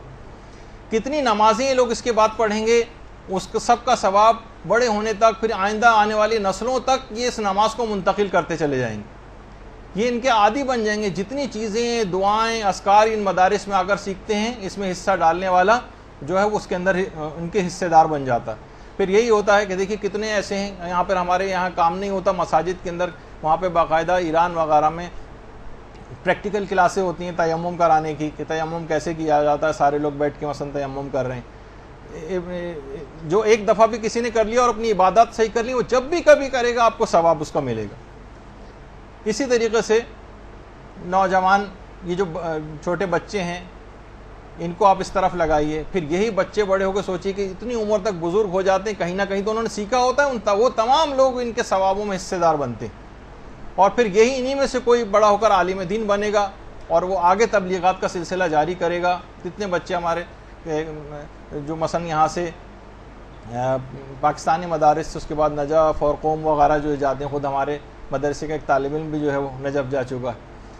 اور جو اور افراد ہیں جو خدمات انجام دے رہے ہیں، کتنی خواتین ہیں جو طالبات جو یہاں سے مختلف ممالک گئی ہیں، مختلف شہروں میں گئی ہیں، مختلف گاؤں کے اندر گئی ہیں، مدارس کھول رہی ہیں اور اپنے جو ہے وہ کام جو ہے سارے انجام دے رہی ہیں. لیکن کیا ہے کہ ہر ایک کو اپنی ذمہ داری پوری کرنا. اور صدقات کے اندر صرف ایک مسئلہ لوگوں کے ساتھ یہ ہے کہ صرف مادی ضروریات کو دیکھا جاتا ہے، روحانی ضروریات کو پوری کرنے کے لیے لوگ صدقات عام طور پر نہیں دیتے. سب سے کم دین حق کی تبلیغ کے خانے کے اندر پیسے ہوتے ہیں، جو صدقہ باکس ہے اس میں جو کئی خانے بنے ہوئے ہیں، وہ والے صدقات غریب کو دینے والے جو ایک دن کھائے گا اگلے دن ختم ہو جائے گا. لیکن جہاں ہمیشہ کی روحانی زندگی اس میں سب سے کم پیسے کوئی لوگ متوجہ نہیں. تو بہرحال صدقے کے حوالے سے بس ایک بات اس میں اور ذکر بیچ میں کر دوں، کیونکہ یہ سوالات بھی بہت آ گئے تھے اور کچھ لوگوں نے خاص طور پر آپ سب لوگوں سے بھی آج کی رات دعا کی رات ہے. یہاں کے بہت سے اساتذہ نے بھی کہا ہے کہ وہ بھی آپ کے حق میں دعا کریں گے، لیکن آپ لوگوں سے بھی ان لوگوں کے حق میں دعا کی درخواست ہے. تو آیت اللہ بہجت ایک بات کہتے تھے شوہر و بیوی کے اختلافات کے حوالے سے، کہ اگر شوہر و بیوی میں اختلافات ہوں یا اور لوگوں میں بھی، لیکن الخصوص شوہر و بیوی میں، تو وہ کہتے تھے کہ صدقہ متعدد بافراد متعدد افراد تک متعدد بار صدقہ جو ہے وہ پہنچانا. یعنی بہت سارے افراد، مثلا آپ کہہ لیں گے میں 100 افراد تک اپنے صدقے کی رقم کو پہنچاؤں گا، چاہے ڈسٹریبیوٹ کر کے پہنچائیں اور اس کام کو بار بار کریں، تو ان کے آپس کے لڑائی جھگڑے بالکل ختم ہو جائیں گے. ایک برکت، ایک عجیب و غریب متعدد بار صدقہ دینا اور افراد متعدد، یعنی ہر دفعہ نئے افراد کو تلاش کر لیں. تو بہرحال اس کے اندر ایک بڑی اہم بات ہے یہ. تو بہرحال دیکھیے یہ رات آپ نے دیکھا کہ اعمال کے اعتبار سے بڑی پیکڈ رات ہے. آپ دیکھیں گے کہ ایک تو ویسی بھی گرمیوں کی جو اس طرح آج کل کی جو راتیں بہت چھوٹی ہو گئی ہیں، لیکن اعمال بہت زیادہ ہیں، مصروفیات اس رات کی بہت زیادہ ہیں. اس کا بھی ایک پیغام ہے کہ پوری زندگی بھی آپ کو سالانہ اسی طرح مصروفیت کے ساتھ گزارنی ہے، سوتے نہیں رہنا ہے. مصروف زندگی گزاری ہے دینی اعتبار سے، کیونکہ وقت ہمارا لکھا جا چکا ہے. جب تک بھی سارا سال اگر ہم سوتے رہے اور چند صرف رسومات کی حد تک ہم رہے اور صرف رمضان کی میں ہی صرف گہما گہمی نظر آئی، محرم میں صرف گہما گہمی نظر آئی، بس رمضان میں قرآن اٹھا لیا، اس کے بعد پھر ایک طویل نیند کا ہم جو ہے وہ شکار ہو گئے. تو یہ پھر سب سے بڑا مسئلہ آج کل، بس ایک شکایت کرتا ہوں اس کے بعد اپنی گفتگو ختم کرتے ہیں، کہ کہیں بھی ہمیں لوگوں میں دین کے اعتبار سے کوئی شوق، کوئی ذوق، کوئی سرگرمی، کوئی حرارت یہ نظر نہیں آتی. نہ کوئی مکتب سے اپنے عشق نظر آتا ہے، نہ کوئی تگ و دو کے ساتھ محنت کرتا نظر آتا ہے. بہت سے افراد تو ایسے ہی دیندار افراد، ان کی شکل دیکھ کے جمائیاں آنی شروع ہو جاتی، اتنی سستی اور کاہلی جو ہے برس رہی ہوتی. تو بہرحال آپ دیکھتی ہیں کہ دنیا دار افراد ٹی وی پر آپ کتنے انٹرویو سنتی ہیں، فلاں جو اداکارہ ہیں جناب کثرت کام کی زیادتی کی وجہ سے وہ نہ بے ہوش ہو گئی شوٹنگ پہ، کئی راتوں سے وہ سوئی نہیں تھیں، اور فلاں گلوکار جو صبح رات کے 3 بجے سے اٹھ کر جو ریاض کرنا شروع کرتے ہیں تو 3 گھنٹے تک مٹکے میں منہ ڈال کے مثلا کرتے رہتے ہیں اور ریاض کرتے ہیں. مثلا یا جو بہت سارے کھلاڑی ہیں اسکواش وغیرہ کے، وہ 3-3 4-4 گھنٹے تک جناب ایک دیوار پہ بال مارتے رہتے ہیں. اور والدین سے بھی جو لوگ اپنی بڑی محبت کرتے ہیں اور اولاد سے بڑی محبت کرتے ہیں، ان کو ٹیوشنوں پہ لے کے، یعنی کچھ کام کرتے نظر آ رہے ہیں، کوئی سرگرمی نظر آ رہی ہے، کوئی ڈیڈیکیشن نظر آ رہا ہوتا ہے، حرارت نظر آ رہی ہوتی ہے. اسکول چھوڑنے جا رہے ہیں، اسکول لے کر آ رہے ہیں، گاڑیوں میں باہر گرمیوں میں بیٹھ کے انتظار کر رہے ہیں. یہ سب بھی چیزیں اپنی جگہ ضروری ہیں، اور بلکہ اپنے عیش و آرام کو اولاد کی دنیا کے لیے قربان کرتے ہیں، بلکہ اپنی آخرت کو بھی بعض اوقات اولاد کے لیے قربان کر دیتے ہیں. ذرا سا ہم دیکھتے ہیں ٹی وی پہ اکثر عشق و محبت کے اندر مبتلا، روزانہ مار پڑ رہی ہے، کمرے عدالت میں مار پڑ رہی ہے، باہر حتیٰ کہ قتل تک ہو جانا گوارا کرتے ہیں، لیکن اپنے اس برے مقصد یا جو بھی مقصد ان کا ہوتا ہے اس میں کوئی سرگرمی، کوئی لگاؤ، کوئی ڈیڈیکیشن، کوئی قربانی، کوئی محنت نظر آ رہی ہوتی. ایک بیچارہ دین ہی ہمارا ایک ایسا رہ گیا جس کے لیے کوئی محنت کرتا نظر نہیں آتا. فقط چند منٹ کے لیے اگر باتیں ہوتی ہیں، لیکن اس کے بعد ابھی کچھ ہی دن گزریں گے، اس کے بعد جو ہے وہ پھر عید آ جائے گی، عید کا چاند دیکھیں گے، لوگ فسق و فجور و اثرات سے ہی مبتلا ہو جائیں گے. اب ایسے افراد یا وہ خواتین جو پورے رمضان کا پیغام اسے ایک رات کے اندر بھول جائیں گی، اور وہی موسیقی چلنے لگے گی گھروں میں، وہی میک اپ کر کے نامحرموں کے سامنے عید کے روز وہ آئیں گی. کس منہ سے یہ لوگ عید منائیں گے؟ عید ان کی نہیں ہے جو بازاروں میں کپڑے لتوں کے لیے خریداری کرتی پھریں گی. ان کی عید اصل میں ہوتی ہے جنہوں نے اس رمضان سے تقوی حاصل کیا ہوتا ہے. ان کی عید نہیں ہوتی جو گھر میں نئے پردے عید کے دن ڈالتے ہیں اور نئے کپڑے اور جوتے خرید کے لاتے ہیں. اصل عید ان کی ہے جو پورے سرات کو خیریت سے اس رمضان میں پار کر جاتے ہیں. تو بہرحال وہ جو شعر بھی ہے نا حضرت حور کے حوالے سے ہے کہ شکوہ عید کا منکر نہیں ہوں میں، لیکن قبول حق ہے فقط مرد حور کی تکبیر. تو یہ مرد حور کی تکبیر نہیں، پروردگار کو ایسے ہر فاسق و فاجر اور کہ بس صرف ایک رسم و رواج کی حد تک یا زبان کی چٹنی کی حد تک دین اس نے کیا، باقی نہیں. ایسی توبہ اس رات کو کرنی ہے کہ اس کے بعد پھر واپسی کی طرف جانے کا کوئی امکان نہ ہو. تو پھر کہا جائے گا کہ آپ نے واقعی شب قدر گزاری ہے. توبہ کا دیکھیے دروازہ کھلا ہوا ہے، ملک الموت اب تک نہیں آیا. دنیا کے بھی جو عدالتیں ہیں اگر مجرم اقرار جرم کر لیتا ہے تو ان کی سزا میں کمی کر دیتی ہیں، اور کیونکہ یہاں کے جج جو ہیں وہ کم ظرف ہیں، یہ اتنا اختیار بھی نہیں رکھتے ہیں، مگر وہ خالق کون و مکان جس کے ظرفیت کی کوئی انتہا نہیں، اس کی عفو بخشش کے اندر کوئی کمی نہیں ہے، کوئی لمٹ نہیں ہے اس کی، وہ مکمل با اختیار ہے. اس کے فیصلے اس پر حکومت نہیں کرتے بلکہ وہ اپنے فیصلوں پر حکومت کرتا ہے. تو اگر ہم آج کی رات توبہ، حقیقی توبہ کر لیں اور اقبال جرم کر لیں تو وہ ہمارے ندامت سے جھکے ہوئے سر کو دیکھ کر سزا میں صرف کمی نہیں کرے گا بلکہ پوری سزا کو بھی معاف کر دے گا. یہ رات شب قدر ہے، اس رات میں اپنی حقیقت کو پہچانیے. یہ ہم جو مومنین ہیں یہ باز شاہی ہیں، یہ گندگیوں پہ کہاں منہ مارتے پھر رہے ہیں. آپ کے اعمال کی قدر و قیمت دیکھیے، فقط جنت ہے، اس کو حقیر چیزوں پہ فروخت نہ کریں. وہ مومن جس کی عظمت خانہ کعبہ سے بھی زیادہ قرار دی گئی ہے، کیوں اپنا قبلہ اس رات کو درست نہیں کرتے؟ اگر آج کی رات اپنی حقیقت کو آپ پہچان لیں اور حقیقی توبہ کر کے ایک نئے عزم کے ساتھ اس رات کا اگر سورج آپ نے طلوع کر لیا تو یاد رکھ لیجئے کہ قرب خداوندی کی ایسی منازل آپ اس رات کو طے کریں گی کہ 1000 مہینوں کی راتوں کی ریاضت بھی ایک جست میں آپ طے کر لیں گی. اور اس رات کو اگر حقیقی طور پر آپ نے توبہ کر کے اور ایک عہد کر لیا. خدا ہم سب کو اس رات کے فضائل و برکات اور پیغامات پر عمل کرنے اور سارا سال اس کے اوپر عمل کرنے کی توفیق عطا فرمائے کہ اس کے بعد جب ہمارے نامہ اعمال امام زمانہ کے حضور پیش ہوں تو بے اختیار خوشی سے ان کے مبارک ہونٹوں پر ایک ایسی مسکراہٹ آ جائے کہ جس کے بعد ہمارے لیے فلاح و کامیابی کی منزلیں حاصل کرنا یقینی ہو جائے. وصلی اللہ علی محمد وآلہ الطیبین الطاہرین۔